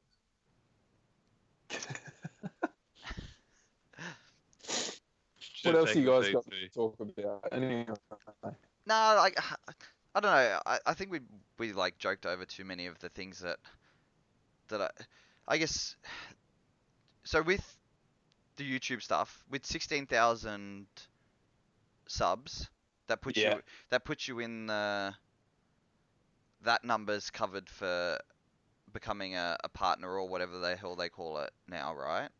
Because you need like 10,000, something to 1,000. 1,000 to be monetized or whatever. 1,000 to be monetized. Yeah. You want to know how much cash I'm getting? No. But no, because I knew what Stewie was getting in the early days, and like he'd get a check like every so often randomly for like here's $30 or like here's like whatever, and he had videos that were getting $300. Getting huge reach. But are your videos enough to keep you sustained to actually stay inside the month? Oh, I guess people go back and watch your old stuff, but do you stay inside that? Do you get enough view hours to keep you able to stay monetized? Or are you even monetized? Yeah, it is monetized. I've been monetized since 2010, but it's just been stagnant. Like I've done nothing with it for so long. That's when they just give you that option. Yeah. Yeah, and I think it's like really small amount because I remember I kept getting popped up, but all my videos had copyrighted music, so yeah. Well, I actually didn't monetize anything until I started going to China. Anyway, like all my old videos, they never had ads or anything. Like even the old backwards entry video that had a heap of views, that was never monetized or anything like that. And that sort of money is just change, pretty much. For anybody who's thinking they're going to be able to make, right now, I'll have a look. I'll tell you, I don't care. I think it's. We don't need to think, mate. He's got numbers. No. Because after talking to Takeshi at Port Macquarie, it really depends on the audience that's watching. And how long they hang around for as well. Yeah, but his thing was he gave up on getting the Australian New Zealand audience, so he stopped doing English at all. Like apparently he used to do English and Japanese videos, but he's just gone full Japanese from New Zealand because he just gets the ad revenue from those videos is a lot higher because that marketplace that watch it, so Japanese, there's a lot more like, well, what's the GDP or whatever, the market's like huge, same in America. Yeah. And so he just wants that country to watch it. He doesn't care about anything else. Or not doesn't care, but like his consideration it's not worth the work. Like I had a guy hit me up last week who didn't actually believe my revenue because it's so pathetic. But I'm not going to even think about living off it or whatever you want to call it at any moment soon. Like it's been this month, it's saying I'm going to get $100 and I've had 600,000 watch time minutes. So wow. Yeah. if you, yeah, there you go. Like 100 varies from $100 to $130. Yeah, you haven't even put your like that's not enough E85s to last you a day at the bend. No, especially at the Shaheen prices. It's like $1.90 or something. It's ridiculous. That's why I think so Andrew Hawkins, he talks American and targets the American stuff with the GTRs at the moment. Yeah. Because they get so much you just get the American viewers and their ads will be huge in comparison. But I guess is it really worth it in those ways? Like if you do it the same reason Fink and Jake do it for it being used as a memory. Yeah, as a memory and using it for that sort of thing. Like, and yeah, it's cool to share it with people and gives people that connect. But when you're talking, I guess, some of the GTR stuff you're talking about, like recent ones, like 42,000 views on the coil pack comparison video and stuff like that. It's that short-term engagement. So people are going to come watch that one video and then probably not necessarily come back and watch it day to day. Where I guess the lifeblood for your Adams and your TJs and all that is the people who come back and watch it religiously and watch it every day. So yeah, kind of. I think it's they get more money because of that market. So one ad or whatever unit they measure off in YouTube in Australia is going to be worth less than whatever unit it is in America or Japan. So say like 1 10-minute view. Yeah, I get what you mean. It's worth like 1 cent here, whereas 1 10-minute view in America's $1. Yeah. Is that sort of thing. Yeah, because the return is different. And that's what that what's it called? What was the whatever the YouTube the ad, what's it the adpocalypse. You said it before. The adpocalypse thing? Yeah, that thing. That's what they were saying was going to be the problem for the small YouTubers because they were not going to get that advertising type. And yeah, that was the last one. Targeted advertising. Yeah. Yeah. Which is affecting more small YouTubers. Where do you see most of your traffic from? Is the biggest amount of your traffic Aussies or from around the world? Yeah, Aussie, New Zealand, and then America. Yeah. And what sort of percentages are you sort of? Hang on, I got it right here because I send this stuff daily.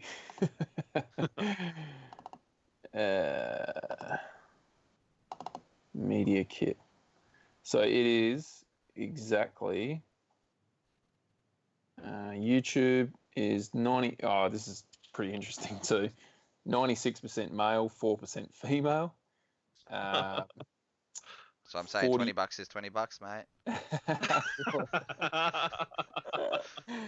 48% is Australian. Yeah. And then 20% is New Zealand, and then there's like a small percentage of American, and then the rest is filtered out throughout the rest of the world. I'm actually pretty surprised that it's under 50% being your Aussie market. I don't know if that's a good thing for you or a bad thing for you in some ways, because it makes it a little bit harder to use that to target Aussie businesses because, you know, your reach is actually pretty good. But then to have your sort of Australasian, if you did it as an Australasian stat, then it's pretty good. So you could probably target, most of your businesses down here. So it's interesting. I think a lot of people have thought that it's that magic bullet to doing everything that Adam and TJ and all those guys have done. But as Fink said it in the comments, you know, he's been offered tickets to stuff and things like that. But you guys are two very different people in very different stages of where you want to be at with your driving. Though you're looking for hard cash that can afford you to go and chase a dream, where you know, he's done a lot of things and now wants to document it and sort of just get on with enjoying what he's enjoying, where where your eyes are still seem fairly firmly on the prize. Yeah, I think we're both in the same position where I can't speak for Fink, but we look back at what we could have videoed, and like, because we look back on, well, I know I look back on things. Yeah, now, see, when I and went to sort of- Olympics, I'm thinking the same thing, but see, you don't listen to me, so it's okay. So I just stick the knife in you, mate.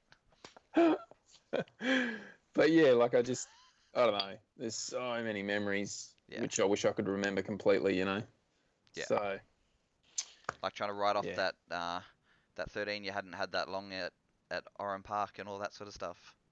yeah, that was, and when Fink whooped my ass there, that was a wicked event. But in saying that, I have this really cool crash I had in China that's never been released. I really want to release that, but it was so stupid. Like, it's one of those things where it'll go crazy on the internet, but yeah, I don't know if I want to release it. Do it. I know, I should. And then you can have like the ED company underneath it or something. There's one. Hey, you can have the ED Crash company videos. underneath it. Say that again. You can have the ED video, like the ED plug underneath it. You can just go full TJ on that. Be like, look, this is gonna get like millions of views. 98. Crash videos get lots of views. They're insane. I'm talking like wheels flying, like it was huge. That would get so many. Like, one of the biggest videos that we've got on our Facebook page is Paul crashing into a car that's just pulled out of the pits. Like, it was unsafe release, and that was a massive amount of shares and a massive amount of views. Eventually, we deleted the video. But I think it's been re-uploaded again. But it just went crazy because it was such a dumb crash. So do it, mate. Yeah, that went insane. All the crash stuff, like as soon as you put in crash or drift fail or something, it'll just take off. Yeah, people just love seeing you fail. It's just yeah. See, everybody wants to see the crash video now. I bet they do. Or what you need to do is you do what half those other channels do and just do right up until the moment it's about to happen and be like, you need X number of likes, X number of subscribes, or X number of dollars bought in merch before you'll release the other half. We're throwing out great ideas at you, mate, and you seem like you're a little bit dismissive. I just don't know if I want to release it. But no, the question is, what can you make out of it? All over it and everywhere, just like put a big watermark over the whole thing. No. I really think it's like make it like a tier 4 Patreon. Oh, it's like it. The biggest problem is just full China spec. Like, the safety was nowhere to be seen. That's the biggest issue. Was it you driving? So, yeah. And you were okay though? Yeah. Now, it's gonna, you know. But like, you walked away from it? Yeah. Yeah. No visit to hospital. Well, they probably weren't going to take you to hospital. They might have cut you up for parts, but pretty much. Yeah. Nah, I think it wasn't like crazy bad. It just was pretty crazy how it happened. Nah, I think you gotta put it out. But what you need to do is cut it into 2 parts, and then find some way to leverage yourself off it. I'll figure something out. Just wait. No. Okay. No. Okay. Let's wind it back a little bit. Were you doing something retarded that caused it to happen? And No. Okay. So if it's not your fault. Oh, it's 100% my fault. Yeah, your fault. But if you weren't outside what you were supposed to be doing, or were you outside what you were supposed to be doing? That's what I'm saying. Were you doing something retarded? Like you weren't supposed to be skidding, but you decided that you'd like. Oh no! Everything was in. Like, yeah, I know what you mean. Everything was all good. It's just I'm gonna have to release it. All right. Yeah, no, but do it honestly. Do it in 2 parts and just like do a full mad stir where you need like 1 million subscribers on YouTube or something to do the rest. I couldn't do that, man. Why? Yeah, do it. TJ Hunt did an erectile dysfunction ad in one of his latest videos. There is no shame. Oh yeah, true. There is no shame. Yeah. That's. Could be coming next week, Mia. You've talked me into it. But honestly, if you don't do something like to try and leverage yourself, then I'll be upset. Okay. All right. I'll think of something, but I'll make sure it's not hard to achieve. I just, 1 million's easy. yeah. Yeah. Like I think It's enough. just I think Facebook, enough. simple I think enough desperate people will probably do it. Yeah, and they'll share, because all they have to do is click share and like or subscribe or something. Be easy. Yeah, we'll talk about this after the chat, guys. Okay, all right. It wasn't a head-on because Fink said he was in a bad head-on and they swept it under the carpet. No. Okay, that's all right then. Oh, no, it wasn't a head-on. It looks like he's having flashbacks. He's about to. He had a head-on. He's probably watching it now. Is he okay? Have you met Fink? Well, I don't know if you can tell the difference. I haven't seen him for a while. I don't think there's any video of head on. I don't even know when that would be. I would imagine it was when he was doing Drift All Stars or something like Low that. brain stuff. So it would have been probably one of those Wembley Stadium style ones or something where the track probably cut in and out of that stuff. So probably why he has flashbacks every so often at Mount Gambier when people do dumb shit. I think it's only happened once in the 3 years where somebody decided that they were gonna drive out and then all of a sudden, yeah. But luckily nothing happened at Mount Gambier. Everybody saw before they got to that point. But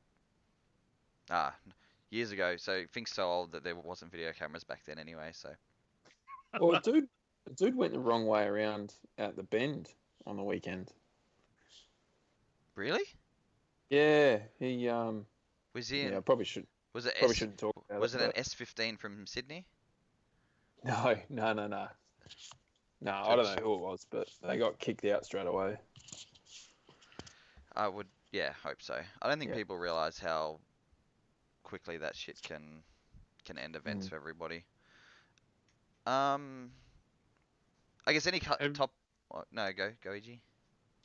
Yeah. Have you thought about doing other social media stuff like Twitch or anything? Because that's another thing that people have. Doesn't sound like the poor dude has time to bloody wipe his ass half the time. No, he sounds like he's so motivated that he would. Like he's already considered it. That's why I'm asking the question. It's a good question. I actually did try, and I made an account.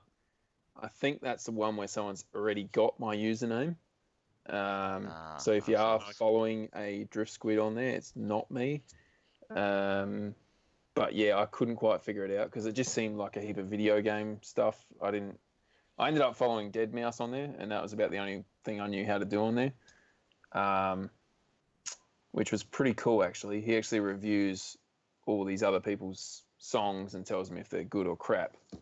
But yeah, I don't know how to use Twitch, so. Yeah, I don't know either, but it seems like a lot of other people that are using it now are saying it's a lot easier than YouTube, and then the return is a lot quicker as well because it's almost instant. You're interacting them. Yeah, you're doing it live and you're interacting, so you're earning as you're making the video. So some people would walk around the show, or some people would just be working on their car, even just changing tires. Like I think I saw one guy once, he's just standing there changing tires and just talking about I don't understand him because he's in a different country, but I just sort of clicking through automotive stuff, and then he's like blah blah blah blah blah, and then he's just getting all these because you see the subscriptions and whatever their money units are, they just get thrown at them, and they're like, thank you. Blah, blah. Are you paying to watch that, EG? No, because there's free ones, but if you want, the way it works, because I watch Alexi's videos, is sometimes some people you can't. Some of the people that present can't comment, or the comments don't pop up to the hosts unless you're like a certain tier of sub, and then like super chat on YouTube. Yeah, something like that. And where then, you got to pay money to actually get the comment seen. Yeah, the comments come up, and the host can still see them as long as they're approved or whatever, because it's really strict.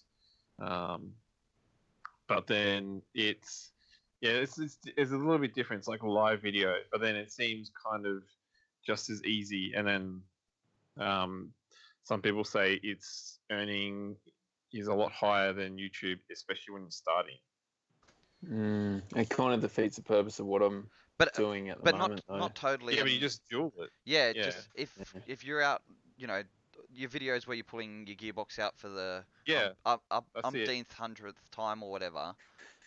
Because you seem like a pro at it. Yeah. But and then you talk the whole time, even though it's in fast forward. I can see you talk.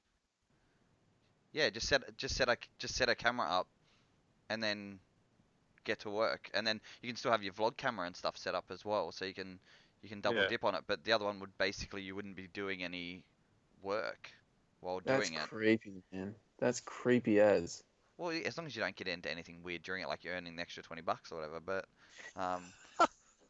but I don't know if that's a different grade of. You probably you'd probably earn more money from that. What does it do with swearing in that? Because I swear a lot when I work on the car. I don't think Twitch is that censored. It has to be.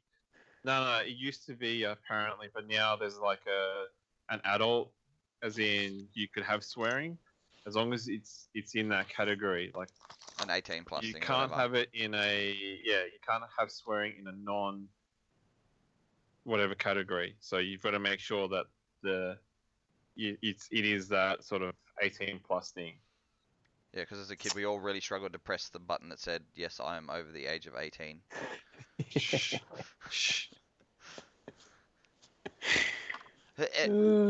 But yeah, like I wouldn't do it to take away from the vlog stuff that you're doing, but considering you do so much work yourself on your cars, it probably isn't a bad idea. Yeah, I think they prefer people who are pushes analytics towards the people who are super regular with that stuff, but shit, reach is reach, right? Yeah, like I do get asked all the time why I don't do it, and just set the camera up so people can watch me work on the car. But I've always just looked at it like, man, that's creepy. Why do you just want to watch me work on the car for 6 hours? Yeah, I don't know, but is that not weird to you guys? Hey, there's videos where people eat, and then they like the sound of people eating. Have you seen that? No. Oh, really?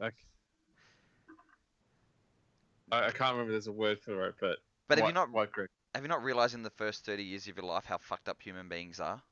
Yeah, true. Like that dude from Victoria who only knows how to use reverse gear is asking if like that thing hanging from the ceiling is like some sort of toy. Like he's worse than me. What the? No, to your left, I guess, for you. Left. Up on the ceiling. Yeah. Oh, I got no idea. Yeah, but that's what I'm saying. Human beings are just very weird creatures.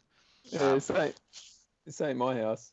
I like how Fink's sitting here complaining, but he's supposed to be at movie night, and I'm sure. Oh no, thank God Tiana leaves as I get to Queensland in a week because she'd beat the shit out of me for killing family time. So. Lucky she's gone for a month when I'm up there for a week. $20. I like Andrew Collins. He sounds like a good bloke. I guess any topics you want to cover, Jake?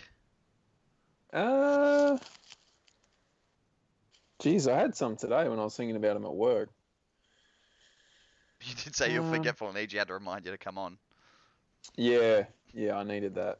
What are you doing now? Are you doing mechanical? Are you doing electrical? What are you doing? Electrical? No, I'm a Sparky, so I'm contracted out at a winery at the moment. So, yeah, I've been there for a long time now as a contractor, and they literally just give me the work that no one else wants to do. That's pretty much my job. And it paid for a hectic BMW. It did. Oh, that was before this job. I was full time, and then this is actually pretty interesting. So I got offered a job in China to I think they still call it GM, like Holden. They wanted me to help release their new, what's their big tank car? Silverado? The Cadillac. Remember that CTV thing that come out? I like how you're saying there's a tank of a car. Like it's it's the 2-door one or the 4-door one. Oh, it never ended up eventuating. But it was their big V8 Cadillac thing. Yeah. So because of that drifting I did, and I won the championship in 2017, it all come about. They basically said, we need you over in China for 3 months. It was a really good salary, typical. It was going to be too good to be true, and had to quit my job of 11 years to go over there. Literally pulled the plug on the job. Boss said, you can't have the job back once you pull the pin. And risked everything. And as soon as I quit, I was about to travel over. They canned the whole activation because the government shut them down. And I ended up with no job and back to the drawing board. Because that was a job. Like, see, I read way too many of your vlogs and way too much of a drift bitch. You were working Barossa Valley doing all that sort of stuff, right? And that was that job that you ended up moving away from? Yep. Yeah, so I was at Wolf Blass for 11 years, and was lucky enough to get an apprenticeship there. So I ended up being a Sparky, and that's how that ended. Fink's telling dad jokes in the comments. He said, when people find out I'm a bad electrician, and he spelt it wrong, they're usually shocked. Fink. I don't know. That's all I can say. Yeah. So anyway, there's a lesson for you. And then, if it sounds too good to be true, it usually is too good to be true. And then I think is that supposed to say memes, Solly, or is that mims? Like, these blokes over 30. We're still in our 30, so we're okay. Mimes. Oh, okay. Oh yeah, now I'm reading it properly because 15 things open. Right, that's my bad.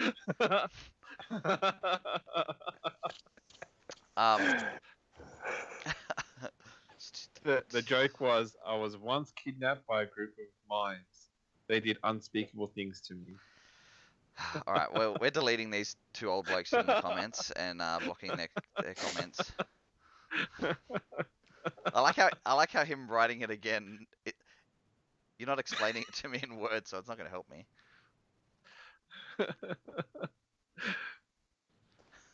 Yeah. Okay. All right. Back to Jake. Yes.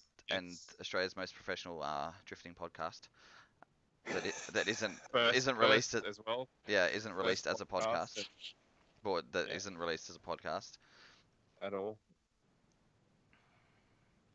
Are you still reading the comments? Yeah, okay. I shouldn't read the comments because then it bloody distracts me. Yeah. Where were we? Work. No, you were talking about something else before work. No, I don't know. Jake Jones' biggest advice to somebody starting drifting, other than don't build a $100,000 BMW. Oh, keep going. Well, I reckon on that. Well, no, okay. On that, yours is $100,000. It's 14, isn't it? No, well, that was $100,000 after I'd blown like 4 motors and done all that sort of stuff. And I'm sure Jake's would have cost him that if he had done it once the way it is now. No, more. Okay. Yeah. But other than not doing that straight away, what's your advice for people getting into drift? He's like, I've done everything wrong. Don't talk to me. No, you did something right. When buying that 13 off, like from Wheelworks or Aussie, whoever you ended up buying the car off. Dude, even that was a mistake. Yeah, see, I did the same thing. I bought a pre-built race car. Yeah, don't buy somebody else's mistake. don't. Like, oh, the motor blew up straight away. Fuck. The bloody. Oh, there's. Oh, I'm not even going to go into that. That was just. Yeah. Anyway, that car is long gone. Like, the whole thing's been rebuilt many times, as you all know. So don't buy somebody else's mistake. Well, Unless it's cheap. Or camo moat build it. I It seemed to, don't even know. it I seemed to think you work should for just Matty Hill. I honestly don't have any crazy advice, but I think just The idea is not to be crazy advice. yeah, I know, but like just keep shit simple and fun. Like, man, there's so many ways you can go about drifting, and there's so much information out there of how not to do things. So yeah, I don't know. I really I don't know what to say. He's just like, I fucked up. Not really. But yeah, because like the fact is, if you hadn't have bought that 13 and gone through all that sort of stuff, then the opportunities, like the couple of international drives and stuff that you've had, would have never happened, or you would have never bothered to do New Zealand, which would have never opened the door for the rest of it. Yeah, if I didn't spend the money on that car, I would have spent it on the car I had. But yeah, I don't know. I think everything sort of happened just because I've been so passionate about it all and just driven and done everything I possibly can to just make things happen. Yeah, I don't know. I really don't know. Just keep shit simple. That's really the key, I think. There's so many people just having a blast and they just got simple setups. It's wicked to see. Like the weekend was like a real good refresher, that's for sure. It's just there's 80 cars and every single one of them had a smile, you know? It was good. I think they've got a different sort of mindset about drifting in South Australia compared to like New South Wales sort of thing, where they're kind of, it's not everyone, but like there's a lot of focus on car builds and rather than driving time. Where I think SA, the focus is on driving, on seat time instead, and then less about how your car looks. But it's not even so much about your looks, because your video from New Zealand I thought was pretty interesting in respects to the team of guys in the red cars and the fact that they all had like, yep.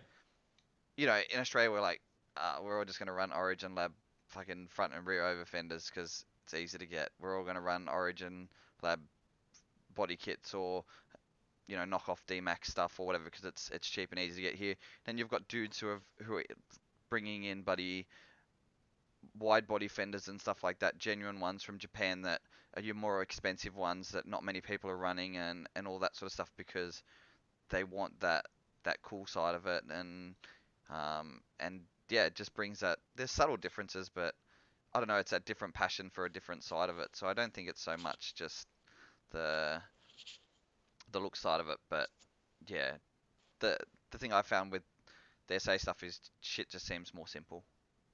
Mm. A little bit more simple. I think it's just a heap. The SA dudes are just doing what they know is fun, like they're just doing the bare minimum to have a heap of fun, and it's pretty wicked to see, to be honest. And look, the 400 kilowatt RB25 got beaten by a big lazy turboed RB20, so. It's dead right. Almost got beaten by a CA, so. Look, they did have liquid horsepower on their side, and Chaos car is hard to drive. I've driven it, and like I wasn't a good driver then, and I'm thankful that he let me drive it because then like somebody else spun in front of me, and then I got to battle him in somebody else's car. So yeah, I told you I only win at DCA when people spin. But yeah, I think SA everybody's a little keeping it more simple and just churning laps. So yeah, but I think like the whole layout that Stewie runs, and also the tyre rule. Doesn't matter what you bring, it's going to be even. That was the cool thing about it. Like, even dudes in their LS cars, they don't have an advantage with their big torqued freaking lazy cars. It's it made it freaking cool, to be honest. It was a good event. I actually enjoyed it a lot. Do you think if a again, how do I want to word this? But it's going to give people the shits either way, so I don't really give a fuck.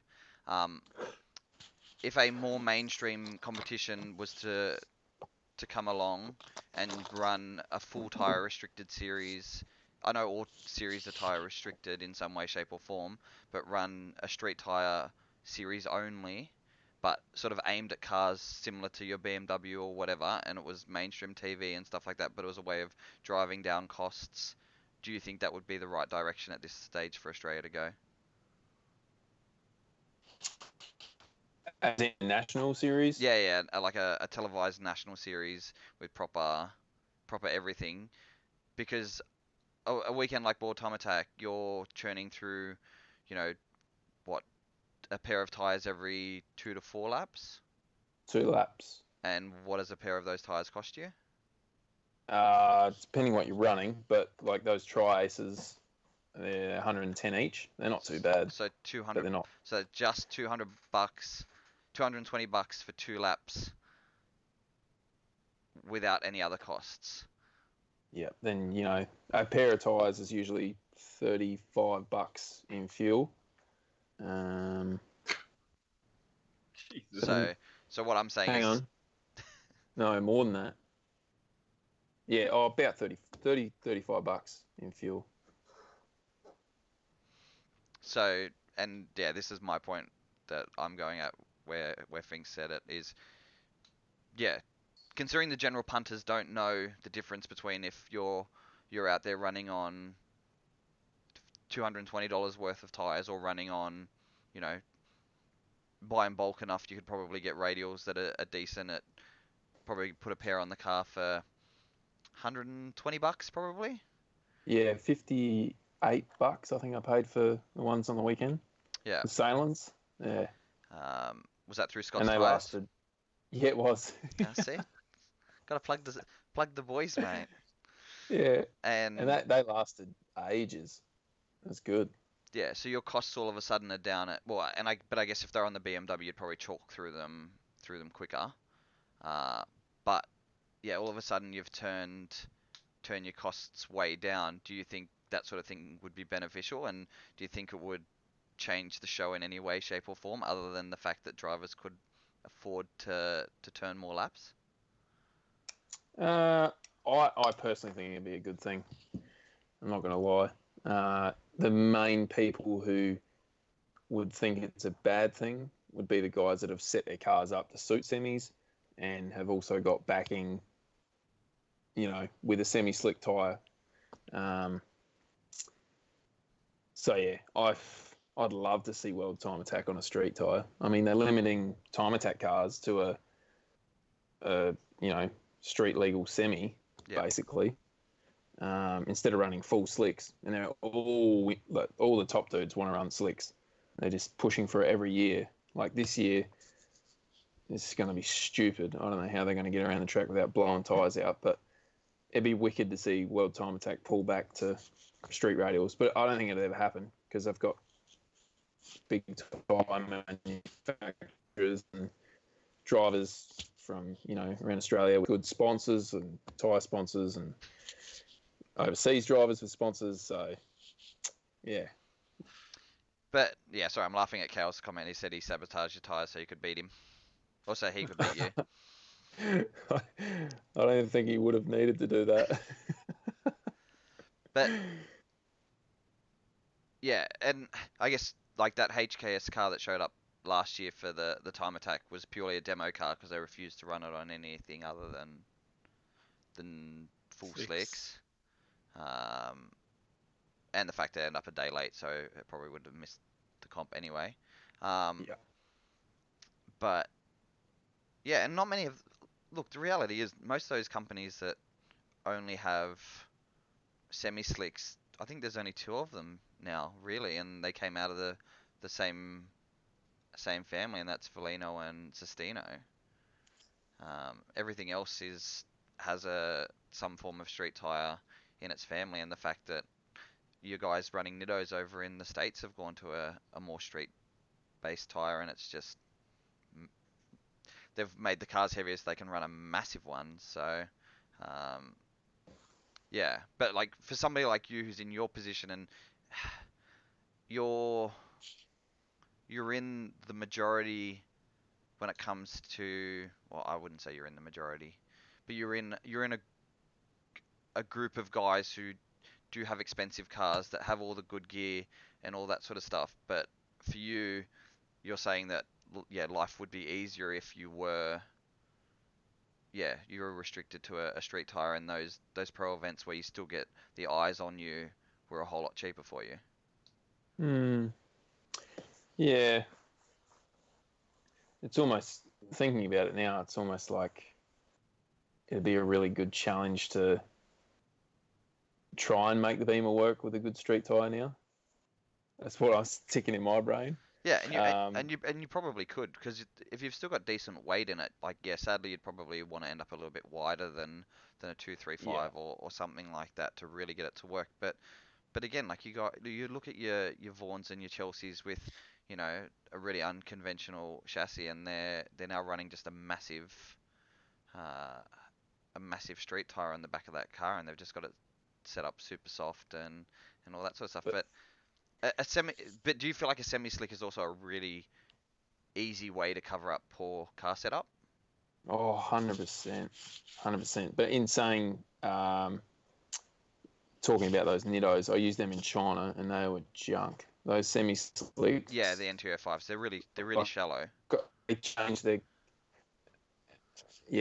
their compounds and whatever, and they were getting a heap of drivers over there to test them in the heat because it's so humid over there. But 100%, it's a perfect cover up to get grip out of your car if you just can't get it to set up right with street tires. Like the beam is not terrible on street tires. Like if you're on a 265, but on a 235 with just the full top end power of it, it's it's just cheeses the crap out of them. Yeah, but I think the reality is, like, when I talk like throw these sort of things around, if it was a full blown pro spec competition, you'd think having the first round at a track that has a weighbridge or something would just be what you do, and then because you'd say you haven't cut out a whole lot of your car, you've probably added more to it than you've cut out. You might be in a class that can run a 265, but that's still going to work out a whole lot cheaper than a 265 semi. Yeah, definitely. Because I followed a VE Ute up South Circuit that was on like 225 street tires or something like that, and it's slow as hell. So on some tracks and stuff like that, yeah, there'd be huge disadvantages for some cars. So.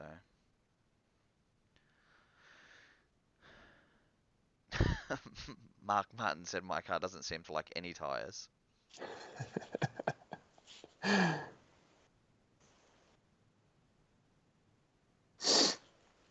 Yeah.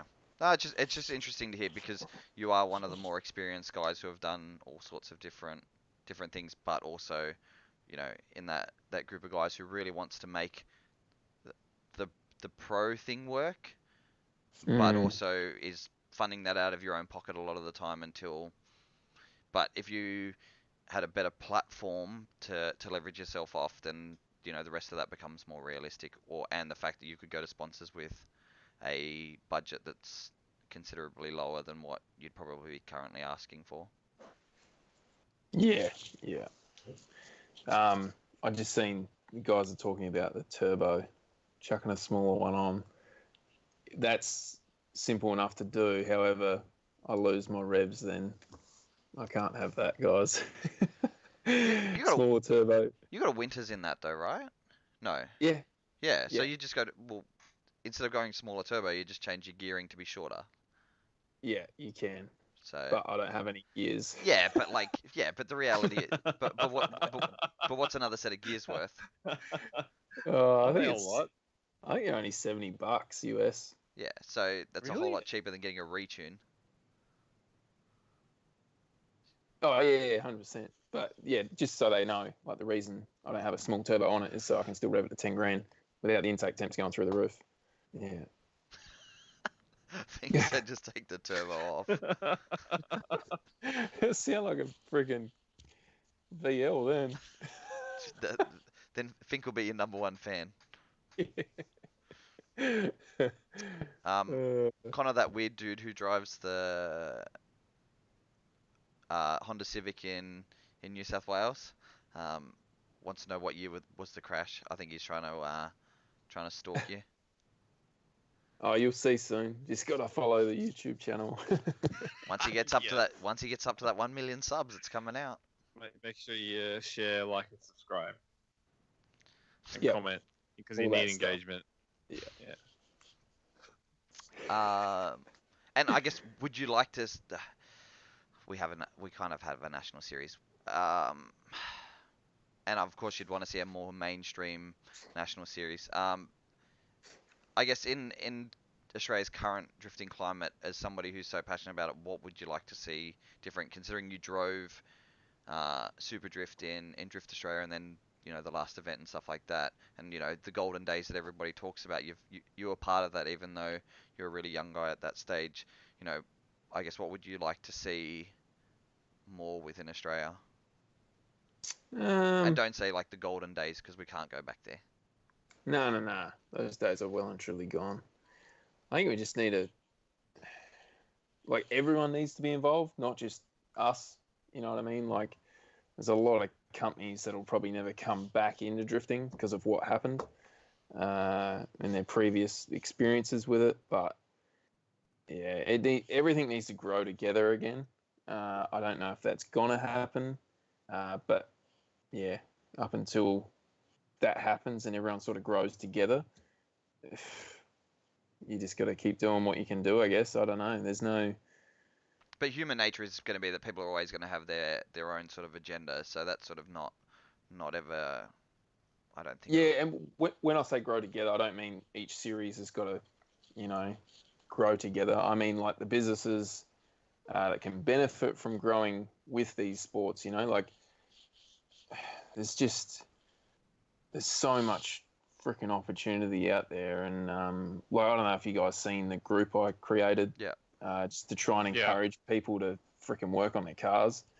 I had companies hit me up to spam that group, and I'm like, no, if you want to get your name out there, how about you help one of the kids that's trying to get out, start drifting? Like, there's just everyone's trying to grow really fast, but they got to look at the bigger picture, if that makes sense. That comes down to businesses, drifters, series, everything. Everything's got to gradually grow. It's not just going to happen overnight. Yeah. And I don't know if that's making sense, guys, but it's. No. Yeah, I get what you're saying, because it's always happened in dribs and drabs, and then the guys who have got your big cars have then ended up dropping out because they haven't had much competition, or it hasn't been sustainable for them. So then they drop out, and then the next dude comes along, does the same thing, and then drops out, and it's all at sort of different times and happening at in its own sort of way, and then everybody sort of misses getting on the boat at the same time. Everybody sort of set sail in their own time, doing their own thing, and it all sort of. But I guess you're one of the few people who's had a really positive drift story on a current affair, or on one of those shows. Yeah, one of those shows, right? Yeah, I did. I've had a good and a bad one. Really? Yeah. What's the bad one? The bad one is when they come around my house and try to get me to go against a dude doing the wrong thing. Yeah. Okay. And the whole time they're just like, no, we want you to say this. I'm like, well, I'm not saying that. Like, I'll say what I want to say. I'm not saying what you want me to say. They were terrible. But I did have a good side as well. So The Yeah. media's, Well, they're yeah, there they're interesting. they're there to sell a story. But I guess Yeah. the positive one came apart about because of through the just that you happened to be testing at Western Sydney, or was that through something that was set up? What's that? Sorry. The story that you had, one of the stories was done at the drag strip, right? Am I Oh thinking right? yeah, yeah. I got burnt there too. Oh, did you? I Yeah, thought that was a good because one. No, it's the Malala one. That's the one I remember. Oh, the yeah, Matt, there was a Malala the, one too. Yeah. I don't know what the you're Ma- talking about, but He yeah, I no, in must no, the have no. seen it. BMW. You're talking about another one I got burnt with. Um, so the Matalar one was really good. I took the reporter for a spin. Yeah. That Yeah, was I remember that heaps one. good. Yeah, Yeah. That was. They actually took that off their site, and the last time I checked, it got released in the morning. And by lunchtime, it had like 3,000 shares or something. It went crazy. you should have made 20 And bucks for that one. and they took it off their freaking site. But the one in Sydney, I was with what's his name? That Luff dude. Yeah. I Oh, can't remember. that guy. Yeah. Yeah, Ian. and he come up and sold it to me as if it was going to be a really positive story or whatnot, and we just want to do a quick wrap up because I was out there testing anyway. Yeah. And anyway, we did all this stuff. They used none of it, and what they used was me drifting. But before they cut to me drifting, it was him going, "These drifters are idiots, and they all need to be basically punished." And then they cut to me. So I had to like send an email out to all my sponsors that were on that vision and be like, "I'm so sorry about this. It was, I actually hired out the car park. It wasn't any street drifting. It looked like I was out in a car park doing some drifting, and they just full turned against me. Like, that was terrible." But obviously all the sponsors understood, and yeah, they're all sweet about it, but couldn't believe they did that. Yeah, I couldn't remember. I thought that one was a good story, but yeah, I didn't see that at clearly all. not. No, because they were talking about the people leaving Sydney Motorsport Park doing burnouts. Yeah, the ones that are crashed into the fences and the gate and the. Yep. Yeah, it's good how we all get painted with the same brush, right? Yep.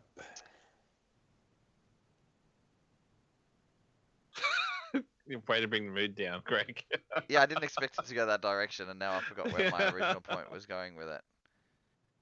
Oh, yeah, sorry. I was gonna say, like, so do you think, I guess when you've been chasing sponsors and stuff, has that sort of stuff, just the public, not, I wouldn't even say public, just the way the media spins that form of motorsport or motorsport in general, do you think has made it hard, or do you think it's been business's previous experience with drifters that's made it hard for you? It's a bit of both. Like, media's definitely not helping.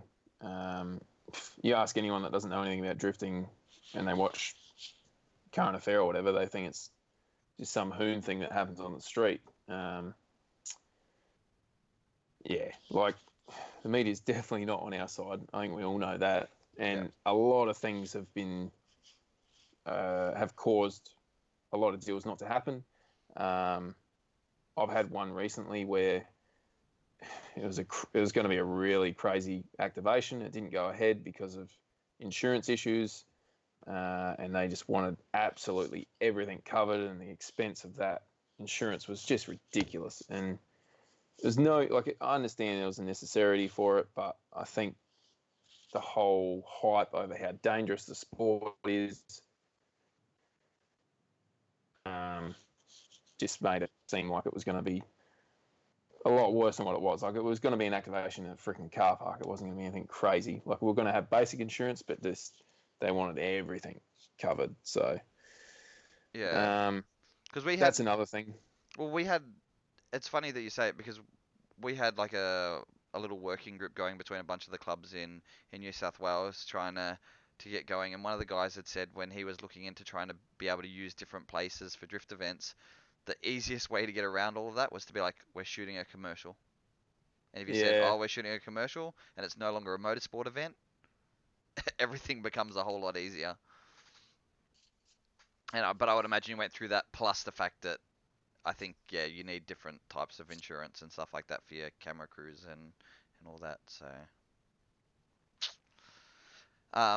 the one that you did recently with the basketball player.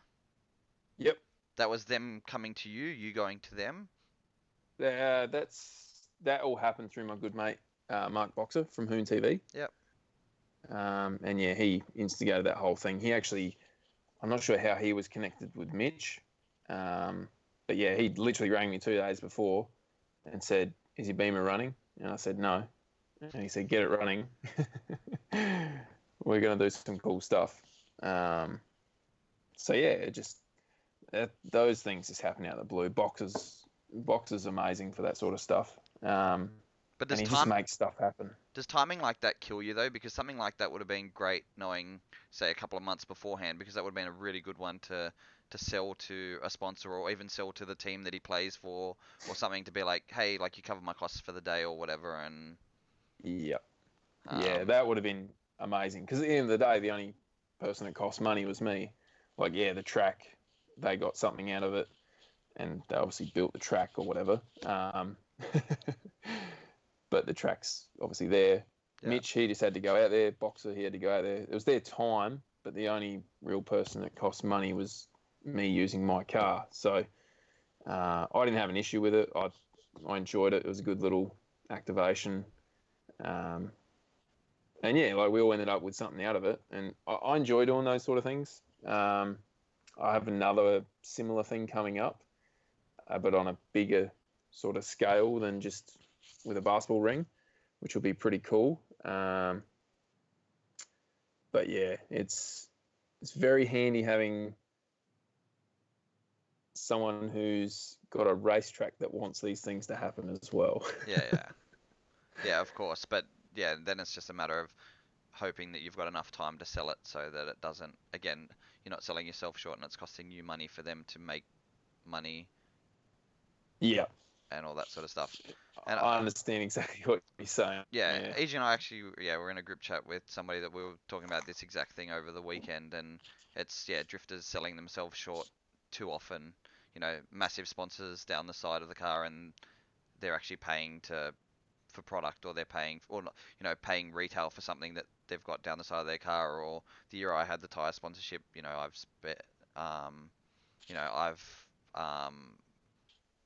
keeping the car running has cost me more than it would have been worth in the tire, like the tire deal. I would have been better off paying for the tires myself and then sitting out a couple of events or that sort of stuff. So I know you're pretty good with, if the deal doesn't seem like it's still going, the car's back to looking nice and plain and all that sort of stuff.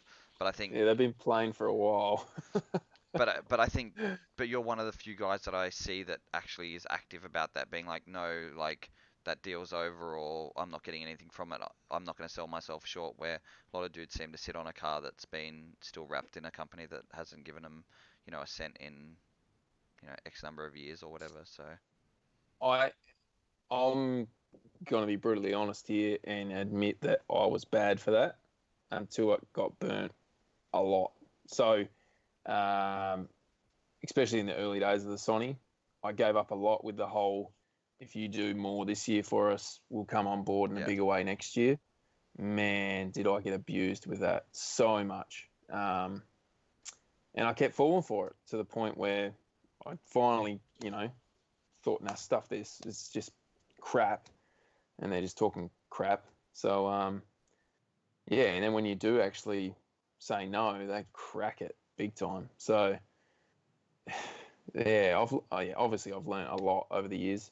And I do understand why people do that, because they're trying to, everywhere whoever you ask, everyone's like, you got to do more than what you get back. You got to do more. You got to do more.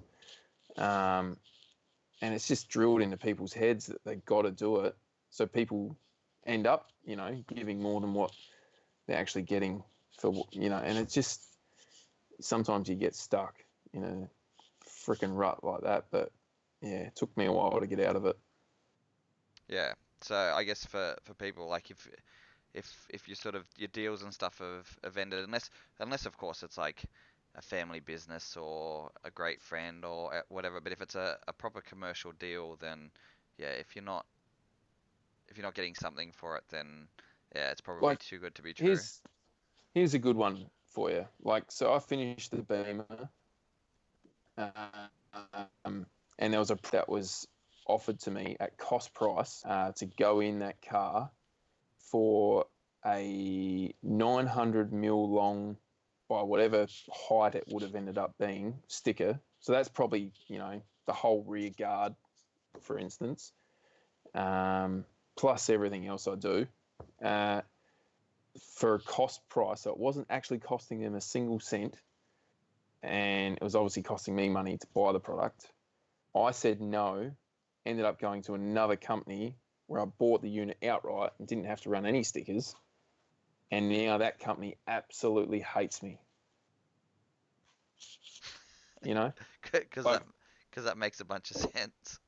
Like, that's how you get treated. But the last time I went into that building, the owner was so disrespectful. It was incredible. I couldn't believe it.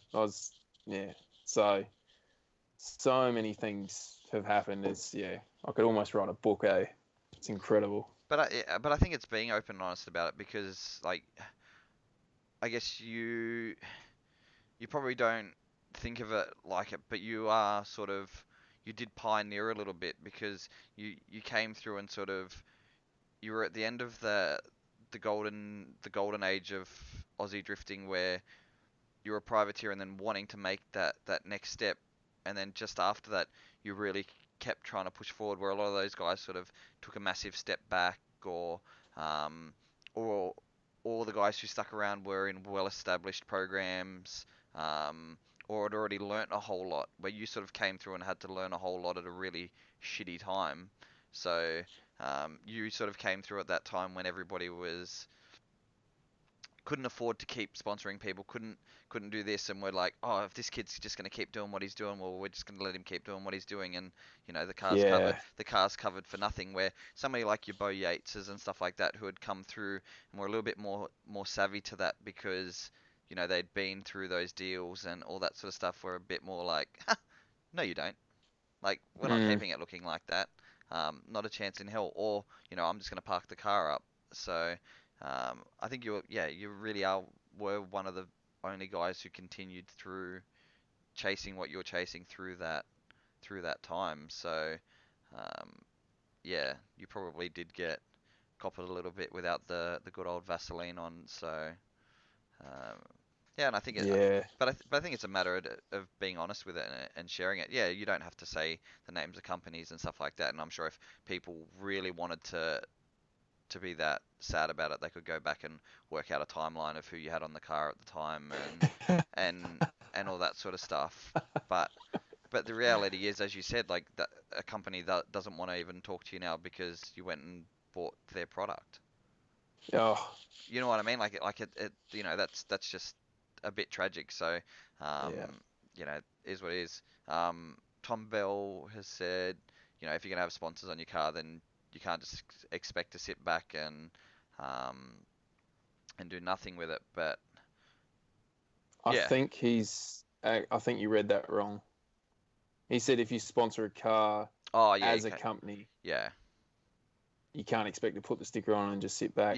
So he's saying from a business point of view, you need to put in work as well as the driver has to put in work. I think that's what he's saying. Tom's not custom imports. Yes. No? Yes. Yeah, he is. Yeah, okay. Yeah, he's custom. Yeah. So he actually does a lot of sponsors. For Drifting SA. Yeah, and I had we ran stickers for him when I did my first time Mount Gambier, because they were sponsoring trying to help Luke get the DCA SA thing off the ground. But then a lot of the guys who are sponsoring then say they get burnt because the drivers aren't doing enough. So it's funny when you hear from a dude who's throwing huge support behind the sport, and then companies who want to get as much as they can out of it for as little as possible. So I think that's the biggest thing that you guys have in South Australia compared to the rest of the country. We also have really good local business support down there from businesses that love drifting. Your GH haulages, your custom imports, Dale Mitchell, guy's a nut job, but love him to pieces. Like, does everything he can off a small business. Kelly with Sleeker Spares. Like, they don't have to do what they're doing, but you know, they love it that much that they're throwing back in. Where in your other states, it's doesn't seem to get that level of support from their local stuff. Yeah, Luke's getting more and more, or a little bit more up in Queensland now to help with the track and stuff like that. But yeah, I think maybe because SA's had it for so long and it's sort of never fully gone backwards down there, that it's sort of built that community and has shown a little bit more long-term longevity, I guess. So maybe the rest of the country will catch up one day. I think the new tracks helped as well in a big way. Yeah, but it's got the same guys excited, but hopefully that means that new people will come through as well now. So yeah. Yeah.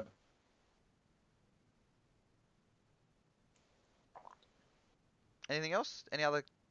I don't think there's anything else you want to cover, EG?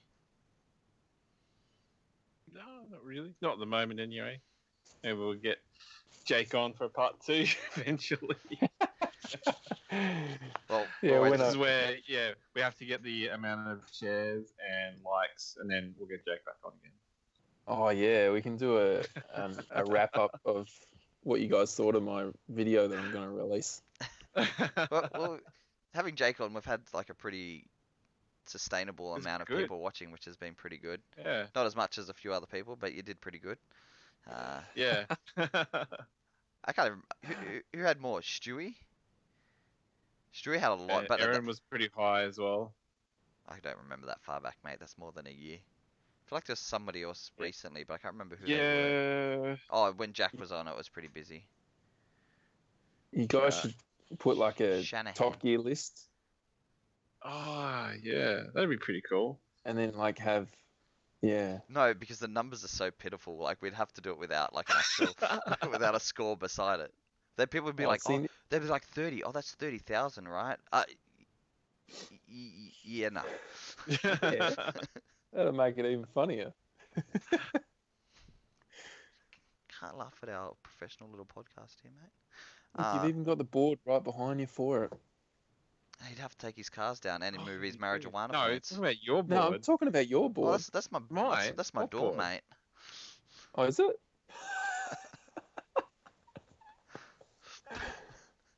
What are those things next to the door, by the way? That's all my medals, mate. Clearly not from drifting. My one first place check is up there though. My whole $200 prize money I won from that round that I won when everybody else spun. There was one battle. Top 4, the other guy didn't spin. Final, the other guy did. Oh, speaking of money, I don't even know if there was prize money on the weekend. Probably. If they didn't hand you a check at the end, then probably not. Yeah, there probably isn't prize money. I'm not eating next week now. What was entry? I don't think entry's was that expensive, right? 300 and something? Yeah. That's so cheap for... And that includes... Well, how much is it up your way? Well, it depends which series you want to drive. Oh, yeah, true. Yeah. Well, entry level on street tires in that series is 500 and something. Yeah. So... And then the high level was 900, wasn't it? Or more, 1,000. Jeez, I don't know. Something like that. Yeah. So, Jesus. Yeah. Yeah. But and that's what my argument keeps being with guys. Like, after speaking to Ken Gucci when he came across for Cash Kings, and I was like, what sort of money are you guys spending for FD? And he told me it's $1,000 a round for entry. Like, that's so cheap for the platform that they're given. Mm. And yeah, stuff happens over the weekend and tracks break apart and they're at shitty venues and stuff like that. But they've tried to make it sustainable so these guys can try and make a living out of, out of that venture. Rather than, it's kind of sad when you're running a $150,000 drift car and your highest cost for the weekend is your entry fee. Like, which almost becomes your reality in some cases. Okay, tires probably maybe just ahead of it, but shit, when your entry fee is that part of it, it's a lot of money to go on boogie with, like just to show up and drive. When yeah, and yes, our tracks in Australia aren't cheap and all that sort of stuff, but yeah, this is always my argument. Yeah. Luke's saying why the fuck are pros even paying to enter at FD? I guess you could look at it like a licensing cost or something like that, but I think it just shows, I don't know. Yeah, see, FD hasn't gone to that direction with the retainer yet. Do you follow V8 Supercars at all? Yeah. Have you seen Russell Ingall and Paul Morris's little YouTube show I have. thing? I've seen like a quick bit of it. I'll be lying if I said I watched the whole one. Go and watch the third one. I think it's maybe 8 minutes in, and it goes for about 20 minutes, where they bring Tony Cochran on, the guy who turned V8 Supercars into V8 Supercars. So just a dumbed down version for people. When V8 Supercars or Touring Cars Australia was Touring Cars Australia, it was just its own thing. Tony Cochran, when he came in, was not a race car guy at all. He helped run concerts for like a whole bunch of major music acts and stuff like that, and was basically just a PR person. And he turned V8 Supercars into V8 Supercars, turned it in from where drivers were paying entry fees into them becoming part owners in the series and all that sort of stuff. And it wasn't until he was basically pushed out that all the teams then realized, oh fuck, we were making the most money out of the sport when this guy was running the series. Because again, like, he didn't he used an example when Roland Dane came in to one of the meetings, was like, touring cars over in Europe's got this really fancy new carbon ceramic brakes and blah blah blah, and Tony's like, well, how much is that going to cost each team to run it in a year? And he's like, oh, probably up near $1 million. And he was just like, well, guess what? The $50 brakes from down the road are going to work perfectly fine on all our cars. Because, again, fan interaction. Yeah. Nobody knows or cares that there's, 5-figure worth of front brakes on a car, and it's cost them X amount each round to replace them and stuff. Like, the fans don't care. The fans want to see people punt each other off the track and then get into punch-ons. like, let's be realistic about it. So. That's one thing I've always thought with drifting. You know how, like, we're all too nice to each other? Yeah. We punt-ons. Like, you know how you got UFC and they have all the bullshit, like, it's crap, right? They talk crap about each other, and it's just creates the weigh-in and stuff. Yeah. Imagine if drifters did that. But see what I think. See, I was thinking about that the other day too, and then watching your videos, I was thinking, so because it used to be like you could play bullshit games and sort of get away with it, and now judges and series are way more savvy to it.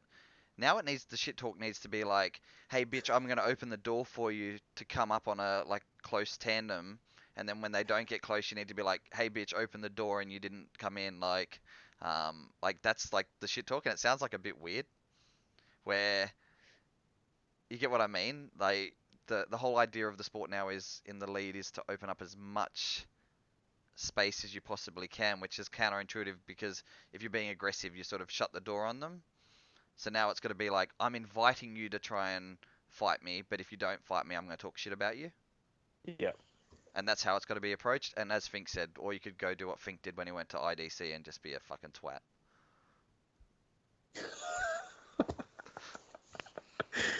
That was good. Like, yeah, but that got him a lot of views and It stuff like that. worked. Yeah, and he didn't mean it. But again, that would be really. It's different when it's that public, I guess, because it's those guys know that what he's like, but then the public just knows him as that character. Where you can't Yeah. show up to drifting SA series and be like, "Hey, motherfuckers! Like, I'm gonna take you all on. Like, Jake Jones here. I've got 16,000 people on YouTube. This is my first competitive drift event in my own car in a year or whatever. I'm coming to own you all." And then all of a sudden you have like the worst weekend because nobody talks to you. Yeah. So, Yeah. but yes, like it does need more of that, but it's how we get about it. Like, yeah, the worst part is when everybody gets out and gives each other a man hug. It's all a bit, yeah, not quite enough. See, FD is like that on the surface, and then you read Instagram. That's true. Like, they all jump out of the car, all hugs. Oh yeah, so and so did a great job, blah blah blah. And then, who was it? Remember when Christoph's lost it? Oh yeah, that one was good, and he said like, yeah, you're a fucking pussy and stuff like that. And then there was also recently, even over the weekend, somebody complained about, said, oh, former champion or whatever wasn't liking what was happening in front of him, so he like slowed right up. And I think it was Vaughan having a dig at Osbo, but then everybody was bitching about Vaughan doing the big drop down the bank. And then so over the weekend, they used to do that stupid dotted line up the straight, and the lead car couldn't cross the lane and all that sort of shit. And then this year they've made it so the lead car can basically do massive scando, well, not a big scando entry, but can sort of cut all the way the opposite direction to where the corner is, and then come back up the track and do whatever they want their space. Vaughan started sort of pushing the boundaries a little bit and checked up a couple of cars behind him, but then supposedly Osbo got the shits with that and just drove a really slow lap in front of him. But all that shit comes out on Instagram. So rather than like at the event, everybody's like, oh yeah, hugs and kisses, shake hands. So yeah, I don't know. But yeah, it'd be good to see some guys wanting to kick each other's teeth in. I think conflict and crashes and people like stuff like that actually piques people's interest. I think it's just human nature to want to see some destruction. Destruction's expensive. We can't afford that. Yeah, but I mean, like being exploded, like they get angry and fire up at each other or whatever. Yeah, of course. But yeah, the hardest part is unless you've got a platform for that narrative, that narrative is useless. So they've got where people can see it and like supercars and stuff was good for it. Like I don't know if you saw over the weekend, EG, there was this dude in a black 13, and he had this 180 crash in front of him, and in like supercars or something, the person in the 13 would have stopped and then been like, yeah, sucked in, motherfucker. Like, I got this one, and then done like a big smoky burnout, leaving the guy while he waits for recovery to come and get him. See, that would get views, but then you'd look like a massive douche at the same time. Oh, yeah. But it's just your natural instinct to make sure the other dude's okay, though. Of course, 110%. I commend you for what you did. But the more entertaining one that would have got people to watch you would have been, you pull up, sucked in, bitch, you lost, and then big smoky burnout away from him. Can you imagine? Yeah, Jesus. but you know what I mean? You're the one calling for that side of it, and then you think you'd have to be... I'm not... but you'd have to be... saying I should... Yeah. Yeah, but then but the sport needs those characters, but you don't want to be that dude or on the receiving end of that dude. Oh, trust me. I'd be pretty butthurt if somebody did that to me. No, I'd be pretty upset. I wouldn't. Because I'd be already upset that I'd hurt my car, and then I'd be like more butthurt that the other dudes made fun of me and done a big smoky skin. Nah, it's just reassurance that you've done something wrong. So that makes you feel even worse about yourself. Just means you got to improve it. Don't do it again. Oh yeah, don't drive in the wet or something. But yeah. But yeah, I agree. But I think post production stuff is, if a series wants to do proper post production, and then you can sort of make up some of that crap in the background, like your bloody Married at First Sights and all that, where they make them sit in a room. Again, like what you said, your experience with the media, until you said what they wanted to say or you to say, they weren't gonna leave you You alone. don't you don't watch that crap, do you? No. Not after I realised they were actors, mate. Uh, I'm too busy watching YouTube and watching 45-minute videos of this dude in a bloody black 13 drive around in the wet. People are getting upset with how long they are now. Like I'm trying to chop it down, but it's just I want to make sure you see my crap runs as well as my good ones. I don't want to sugarcoat the whole thing. But it doesn't worry about the percentage of videos watched. It worries about the minutes of videos watched. So if somebody wants to skip through your video, they can skip through your video. Yeah, that's all good. Yeah. I just want people to be able to see that I do stuff up. Yeah, but yeah. It's not commercial television. You're not stuck being like, fuck, I gotta wait till 8:30 till my show starts and this one's fucking shit. Like, there's this really wonderful button up in the corner of each window. You just press it and it closes. But it's nice to like queue up videos and just let it run while you're doing something, instead of having to. If you're busy doing something, then it being longer should be better. Nah, not busy doing something, but like. You're too lazy to be like, this sucks reel. Next. Nah, I want to do next. I don't want to miss, but just like, maybe you'll have a. You sound like an 18-year-old. Like, hey mum, can you come and cut? wipe my ass still? No. I don't know. It's just like, why would you sit there and watch? Who would? Oh, you didn't say that, but yeah, it's like when you have a whole drift event recorded and you just want to watch the highlights reel. It's that sort of thing. So you watch everything cut down. You might watch the top 32, like all the battles, but you just have all the outtakes. So you just have anything that really isn't that relevant, just cut it out. Which is like people driving onto the track, people. But then they lose their ad rev because then they get people to talk about erectile dysfunction halfway through the video because you've just got it playing in the background and you're trapped listening to it. See, I don't know. Like, I keep wondering about. There's this other guy that I watch on YouTube who makes like 3 to 4 minute videos. He makes a lot of those, and he has lots of views on just 3 to 4 minute videos. But I don't know how. If Jake made a 3-minute video from the weekend at an event that he did really well at, he'd be like, "Well, why hasn't he put more shit in it?" Yeah, I know this, but like it's very specific to this guy. Like his subject of his theme of his channel is just like, hey, hot tip, or like this is things you might not know kind of thing. I could it's not a review. I could do some really good 30-second videos, and that's all they'll ever go for. And like, I'll be back at TJ's video fairly soon. So no, it's 3 minutes. Substantial, but like I'm not saying that's AG's motto to life. 3 minutes is substantial.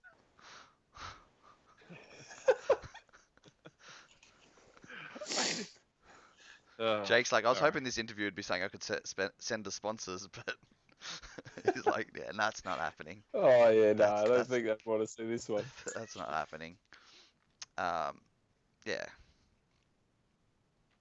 I understand what you're saying, AG. I'm just being a dick. I know.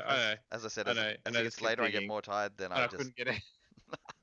But I think what you're trying, E.G., I think all the good clips that you're talking about, that's what Facebook and Instagram's for, because no one puts the real life crap on there.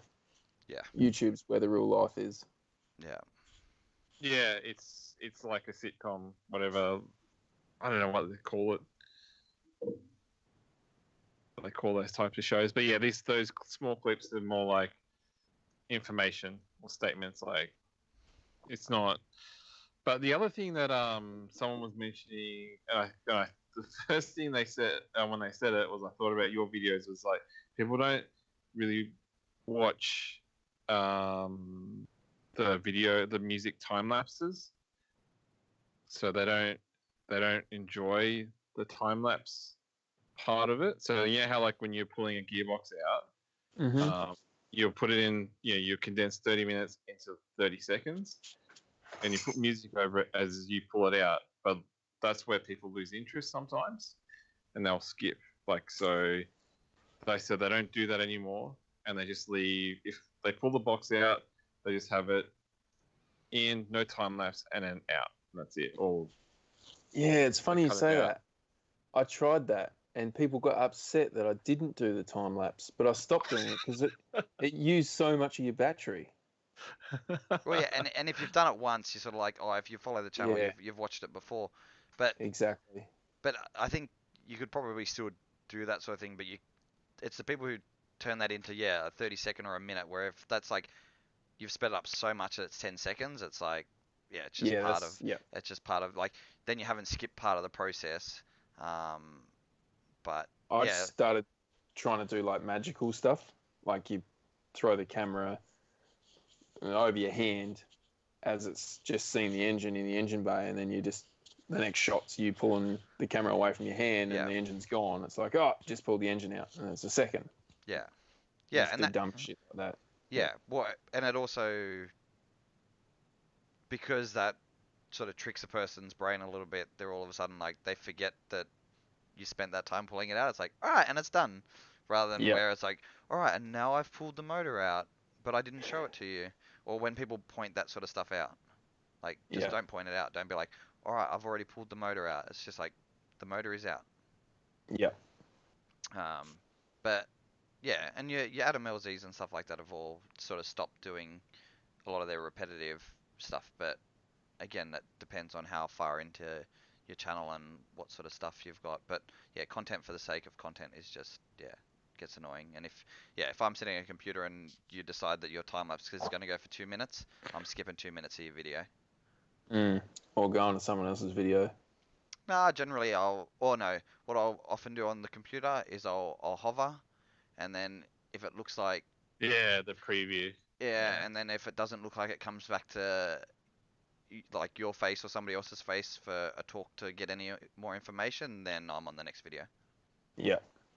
Because well, for me personally, when I'm watching people's videos, I'm looking for information about what, especially like the vlog stuff. Like I want to know either what you're thinking, what you're feeling, or what's coming next. Or what's happened. Yep.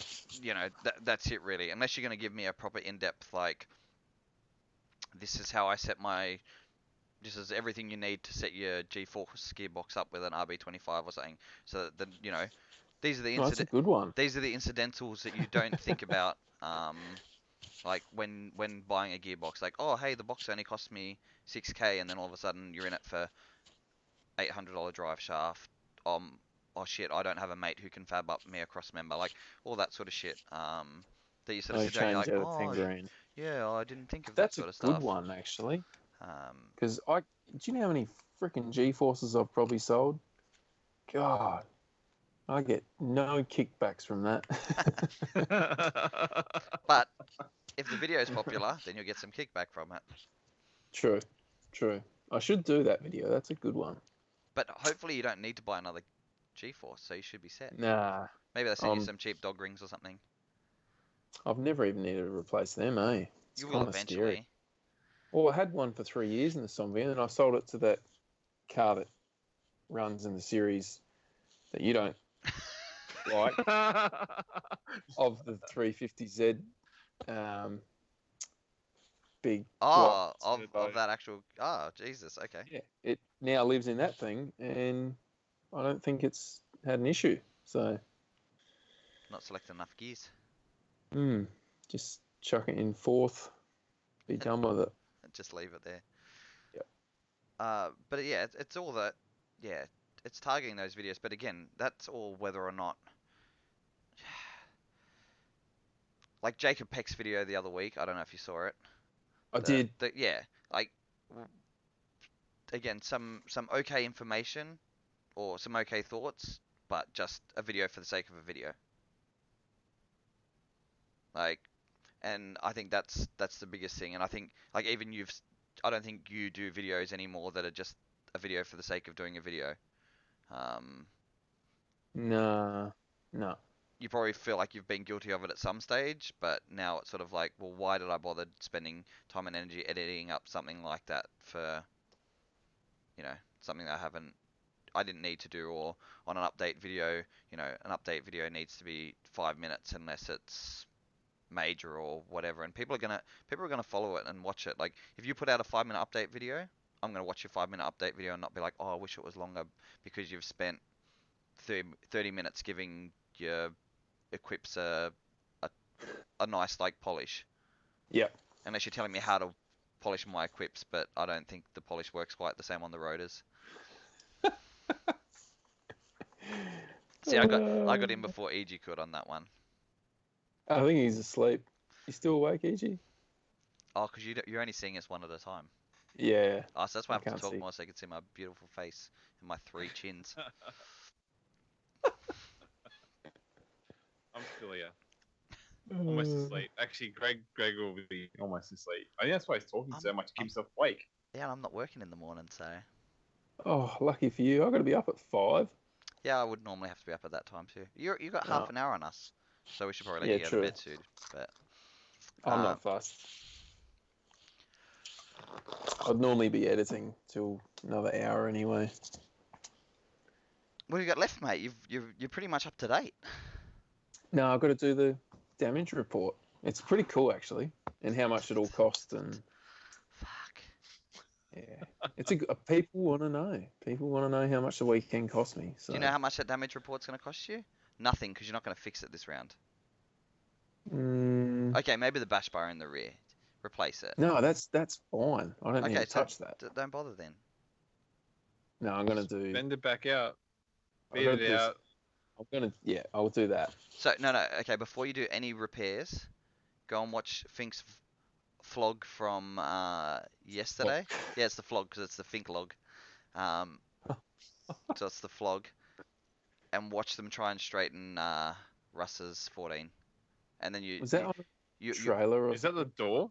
Is that the door? It's the B pillar, and you'll never need to watch another panel beating video again. All your panel beating needs will be done. That's it. That's it. Honestly, Fink's vlogs are probably the most educational thing anybody will ever watch. You learn some pretty fancy tips. You might lose your teeth in the process, but you learn some pretty fancy tips. Oh, and he straightened out the 350. Yeah. Straighten out the 350. Yeah, he just said it just as it came to mind as well. Yeah, he straightened out the 350 and a 14. Yeah, then he went to bring the bash. Yeah. See, you went to the original bring the bash, and that was like, people didn't drive close together back then. You need to come to a new bring the bash. What one did I go to? Didn't you do their first bash? 1 and 2, I think. Didn't you do? Yeah, you did the one at Kembla, right? The one in Wollongong. Yeah. Jeez, I can't remember. Wow. I think Scott Mitchell made a video. I think you're on the cover or the thumbnail of the video. I'm pretty sure it was Jake and Yates who got that track shut down, right? For all the smoke that ended up over the Princess Highway or whatever. Yeah, I think it was their fault. Yeah. Yeah, I popped a freaking water pump that day. I like how he doesn't remember driving the event, but he remembers braking. What part he broke. I remember breaking it. You poor dude. Scariest. It's scary because when you overheat a very expensive engine, you don't know how bad it's gonna be. We never spoke about Thailand. Do you still have your kidneys? Thailand? What did I do there? Didn't you drift in Thailand or something? The white Safiro. Yeah. Remember? Oh, that was so ghetto. Yeah, but do you still have your kidneys? I thought you went over there to sell them. Yeah. That was oh man, that was interesting. Yeah. Did you guys watch those videos? Yeah. I watched the Thailand ones. The China ones was like random. I watched them, didn't watch. The Thailand one I watched. Yeah. That was the one where Yukoi was there. It was me, Yukoi, and S from Thailand. That was in Jakarta, not in Thailand. Oh, sorry, Indonesia. You talk about Indonesia? Because I did go to Thailand as well. Yeah, I've watched all of them, mate. I'm a fucking drift stalker. Thailand was good. The Jakarta one was the World Drift Stars or Drift. Yeah. Oh, that car was so ghetto. But Welcome to drifting. man, but some of the cars in China I drove with, yeah, bloody, yep. We just got to get. So, from my understanding from today, Jake's going to do Formula Drift Korea in 2020 once they finish that. Once they get that series off the ground. That didn't happen. Who's running that? FD. Kim Jong Un. It didn't happen. No, South Korea, mate. You're racist. How's that racist? I don't know. That's what everybody says now. You're bigoted, you're bigoted, homophobe, fascist. I'm just not educated. That's all. He's from South Australia. It's acceptable. Vitaly asked, but did you have fun? Yeah.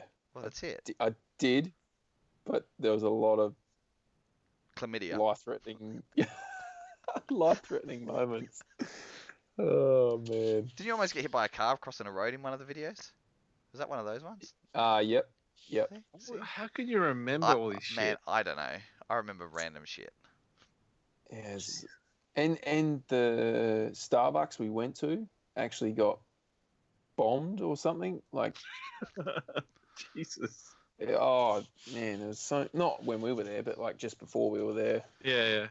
Yes. Yeah. Anyway, let's move on. He's like, I'm avoiding Southeast Asia from now on. But you have both. You still have both your kidneys, right? You haven't sold them for drift cars. No, not yet. Your whole liver? Yeah, everything. Okay, still that's all right then. Okay. Yeah. How many trips to the sperm bank in the early days to pay for this shit? Okay. Not one. So he never went that. He's got a passion for it, but he doesn't have that much passion for it. Surely people haven't done that. Remember what we said about human beings earlier? Yeah, true. I've seen ads as well. What? Yeah. Remember those ads are targeted, EG? I know. It's weird. That's why it's weird that you mentioned it. He's like, it's weird. Who's been looking at shit on my computer?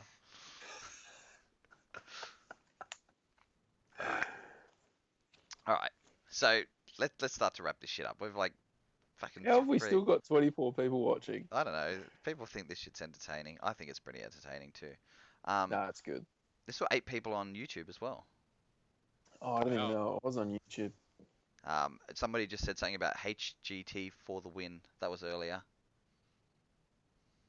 Yeah, that didn't register over onto my mic. So let's wrap it up. So you're on all the standards. You're on Facebook, Instagram,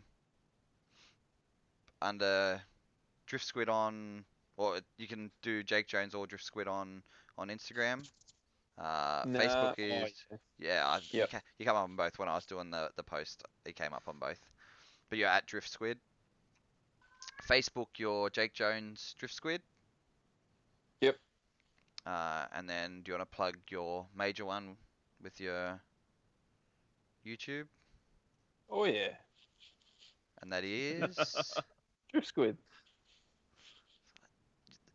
You gotta give it a hard plug, and then he's gonna start up a Twitch account. So when he's doing random shit on the car, he's just gonna have it like nanny cam in the corner, and he'll just like talk and fart at you. But he hasn't decided on a name yet. I'm a little bit worried about that one because I do some dumb shit when I'm working on the car, eh? Like, all you need to do is interact with the audience. That's it. It'd be fine. It's just like your friends are there and you just chat to the chat. Yeah, true. So he's gonna do that one, but he doesn't have a name yet because somebody stole DriftSquid. Somebody's probably gonna sell it to him. No, I'm not buying it. It's not worth anything. Twitter? Not on Twitter. I do, but who uses it really? But supposedly that's where all the main players are. Like supposedly Twitter's like the biggest thing. No, like Adam and all those guys do all their stuff through Twitter rather than Facebook. Yeah, but that's bloody... I don't understand how it works. It's such an American thing. quick question before we cut you off. From Josh Kelly up in Sydney. How many RBs do you reckon you've been through in your in all your years? I don't even reckon I've hit double digits yet. Oh, that's not so bad. Yeah. No, I wouldn't have. Actually, How many rebuilds do you reckon you've been through? That would be in the double digits. No. I reckon started blowing up lately. Yeah, man. He doesn't drive enough. He doesn't drive enough in Australia to fucking blow up motors. Honestly, that RB27 I had from 2011 or 12 up until 2016 didn't get touched. Besides, I just did rings and bearings on it every second or third year. How much power? 400, 450. Yeah. And then after you pushed that, it started breaking more? No, I put the Howtech in, the Elite, and then it just blew it to smithereens. Enough said, Jake. Enough said. Yeah. Then that's why I popped heaps of other engines. And then, well, actually, I don't know if that's the cause, but I've changed the Motec now, and I lasted on the weekend. So with a low cop motor. So I'm going to change the title to this to Jake Jones talks shit about Altec. I haven't proved it yet, but it's gradually getting there. No other social media sponsors, family, friends? No. You're not going to thank family and friends? All right, No. well, you're a dick. Hey. Well, he lives in somebody else's house. And you've got a big crew of people every time I see you at events. Oh yeah, like the whole the Mrs. family is freaking incredible. Like I think I seen something in the comments. Someone asked where the chop shop was. Yeah, somebody asked They about.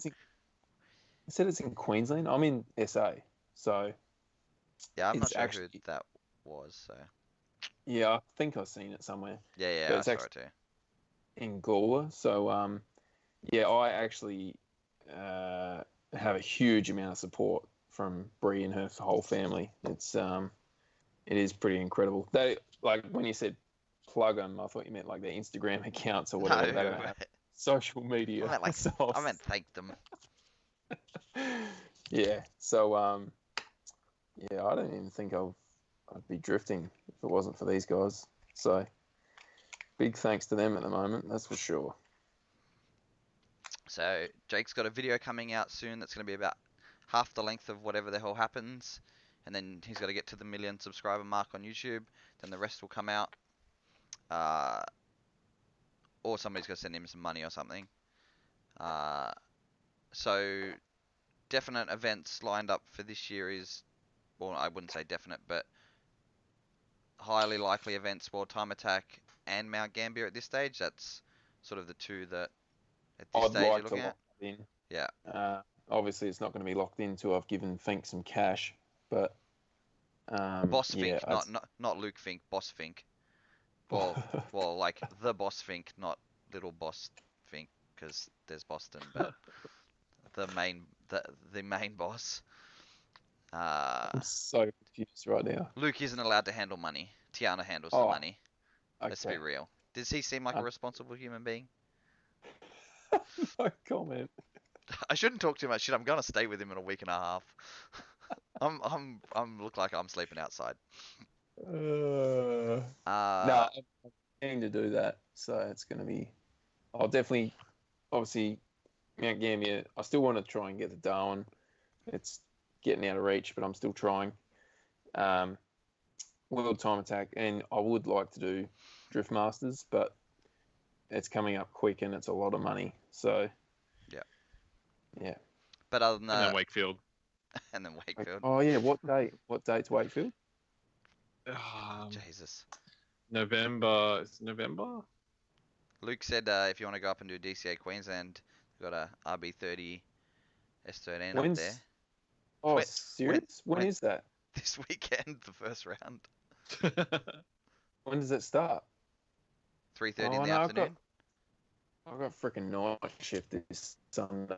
Nah, he's got to I earn ain't his gonna money get then. back in time. And then, yeah, hopefully we've inspired Jake to get back on his membership thing and get some membership packs and stuff going again. I 30th November. Wakefield. Yep, 30th November. Or come up and drive Alright. one of EG's cars. Alright, done. Yeah, I honestly I think when you did it, you were sort of ahead of the game a little bit with that, and I encourage you to get back on it because you do put out content and all that sort of stuff, and I think you do have a really big fan base outside of the actual drift community, where a lot of the guys who are putting out videos and stuff like that at the moment are still just watched by the rest of the drift community, but your reach is much bigger than just the actual drift community. So I encourage you to not exploit it, but use that support that you've got from those people rather than banging your head against the wall like you have been for a while, chasing other avenues. But I think it's somebody saying something like this to you that will justify to you to actually do it, because I think definitely. you feel bad about people giving it to you, but if they're willing to do it for you, accept the help. And just move forward with it, and because they want to see you drive and they want to see the content come from you driving, and if that's how it's going to happen, make it happen. So No, thanks for that. I appreciate that. I encourage you to get on with that. And yeah, I think happy to sign off at that. EG? Yeah. So yeah, I'm still awake. Yeah, he can't see you if you don't make noise. So. I know. So yeah, before I kill the stream off, this weekend, DCA at Archie,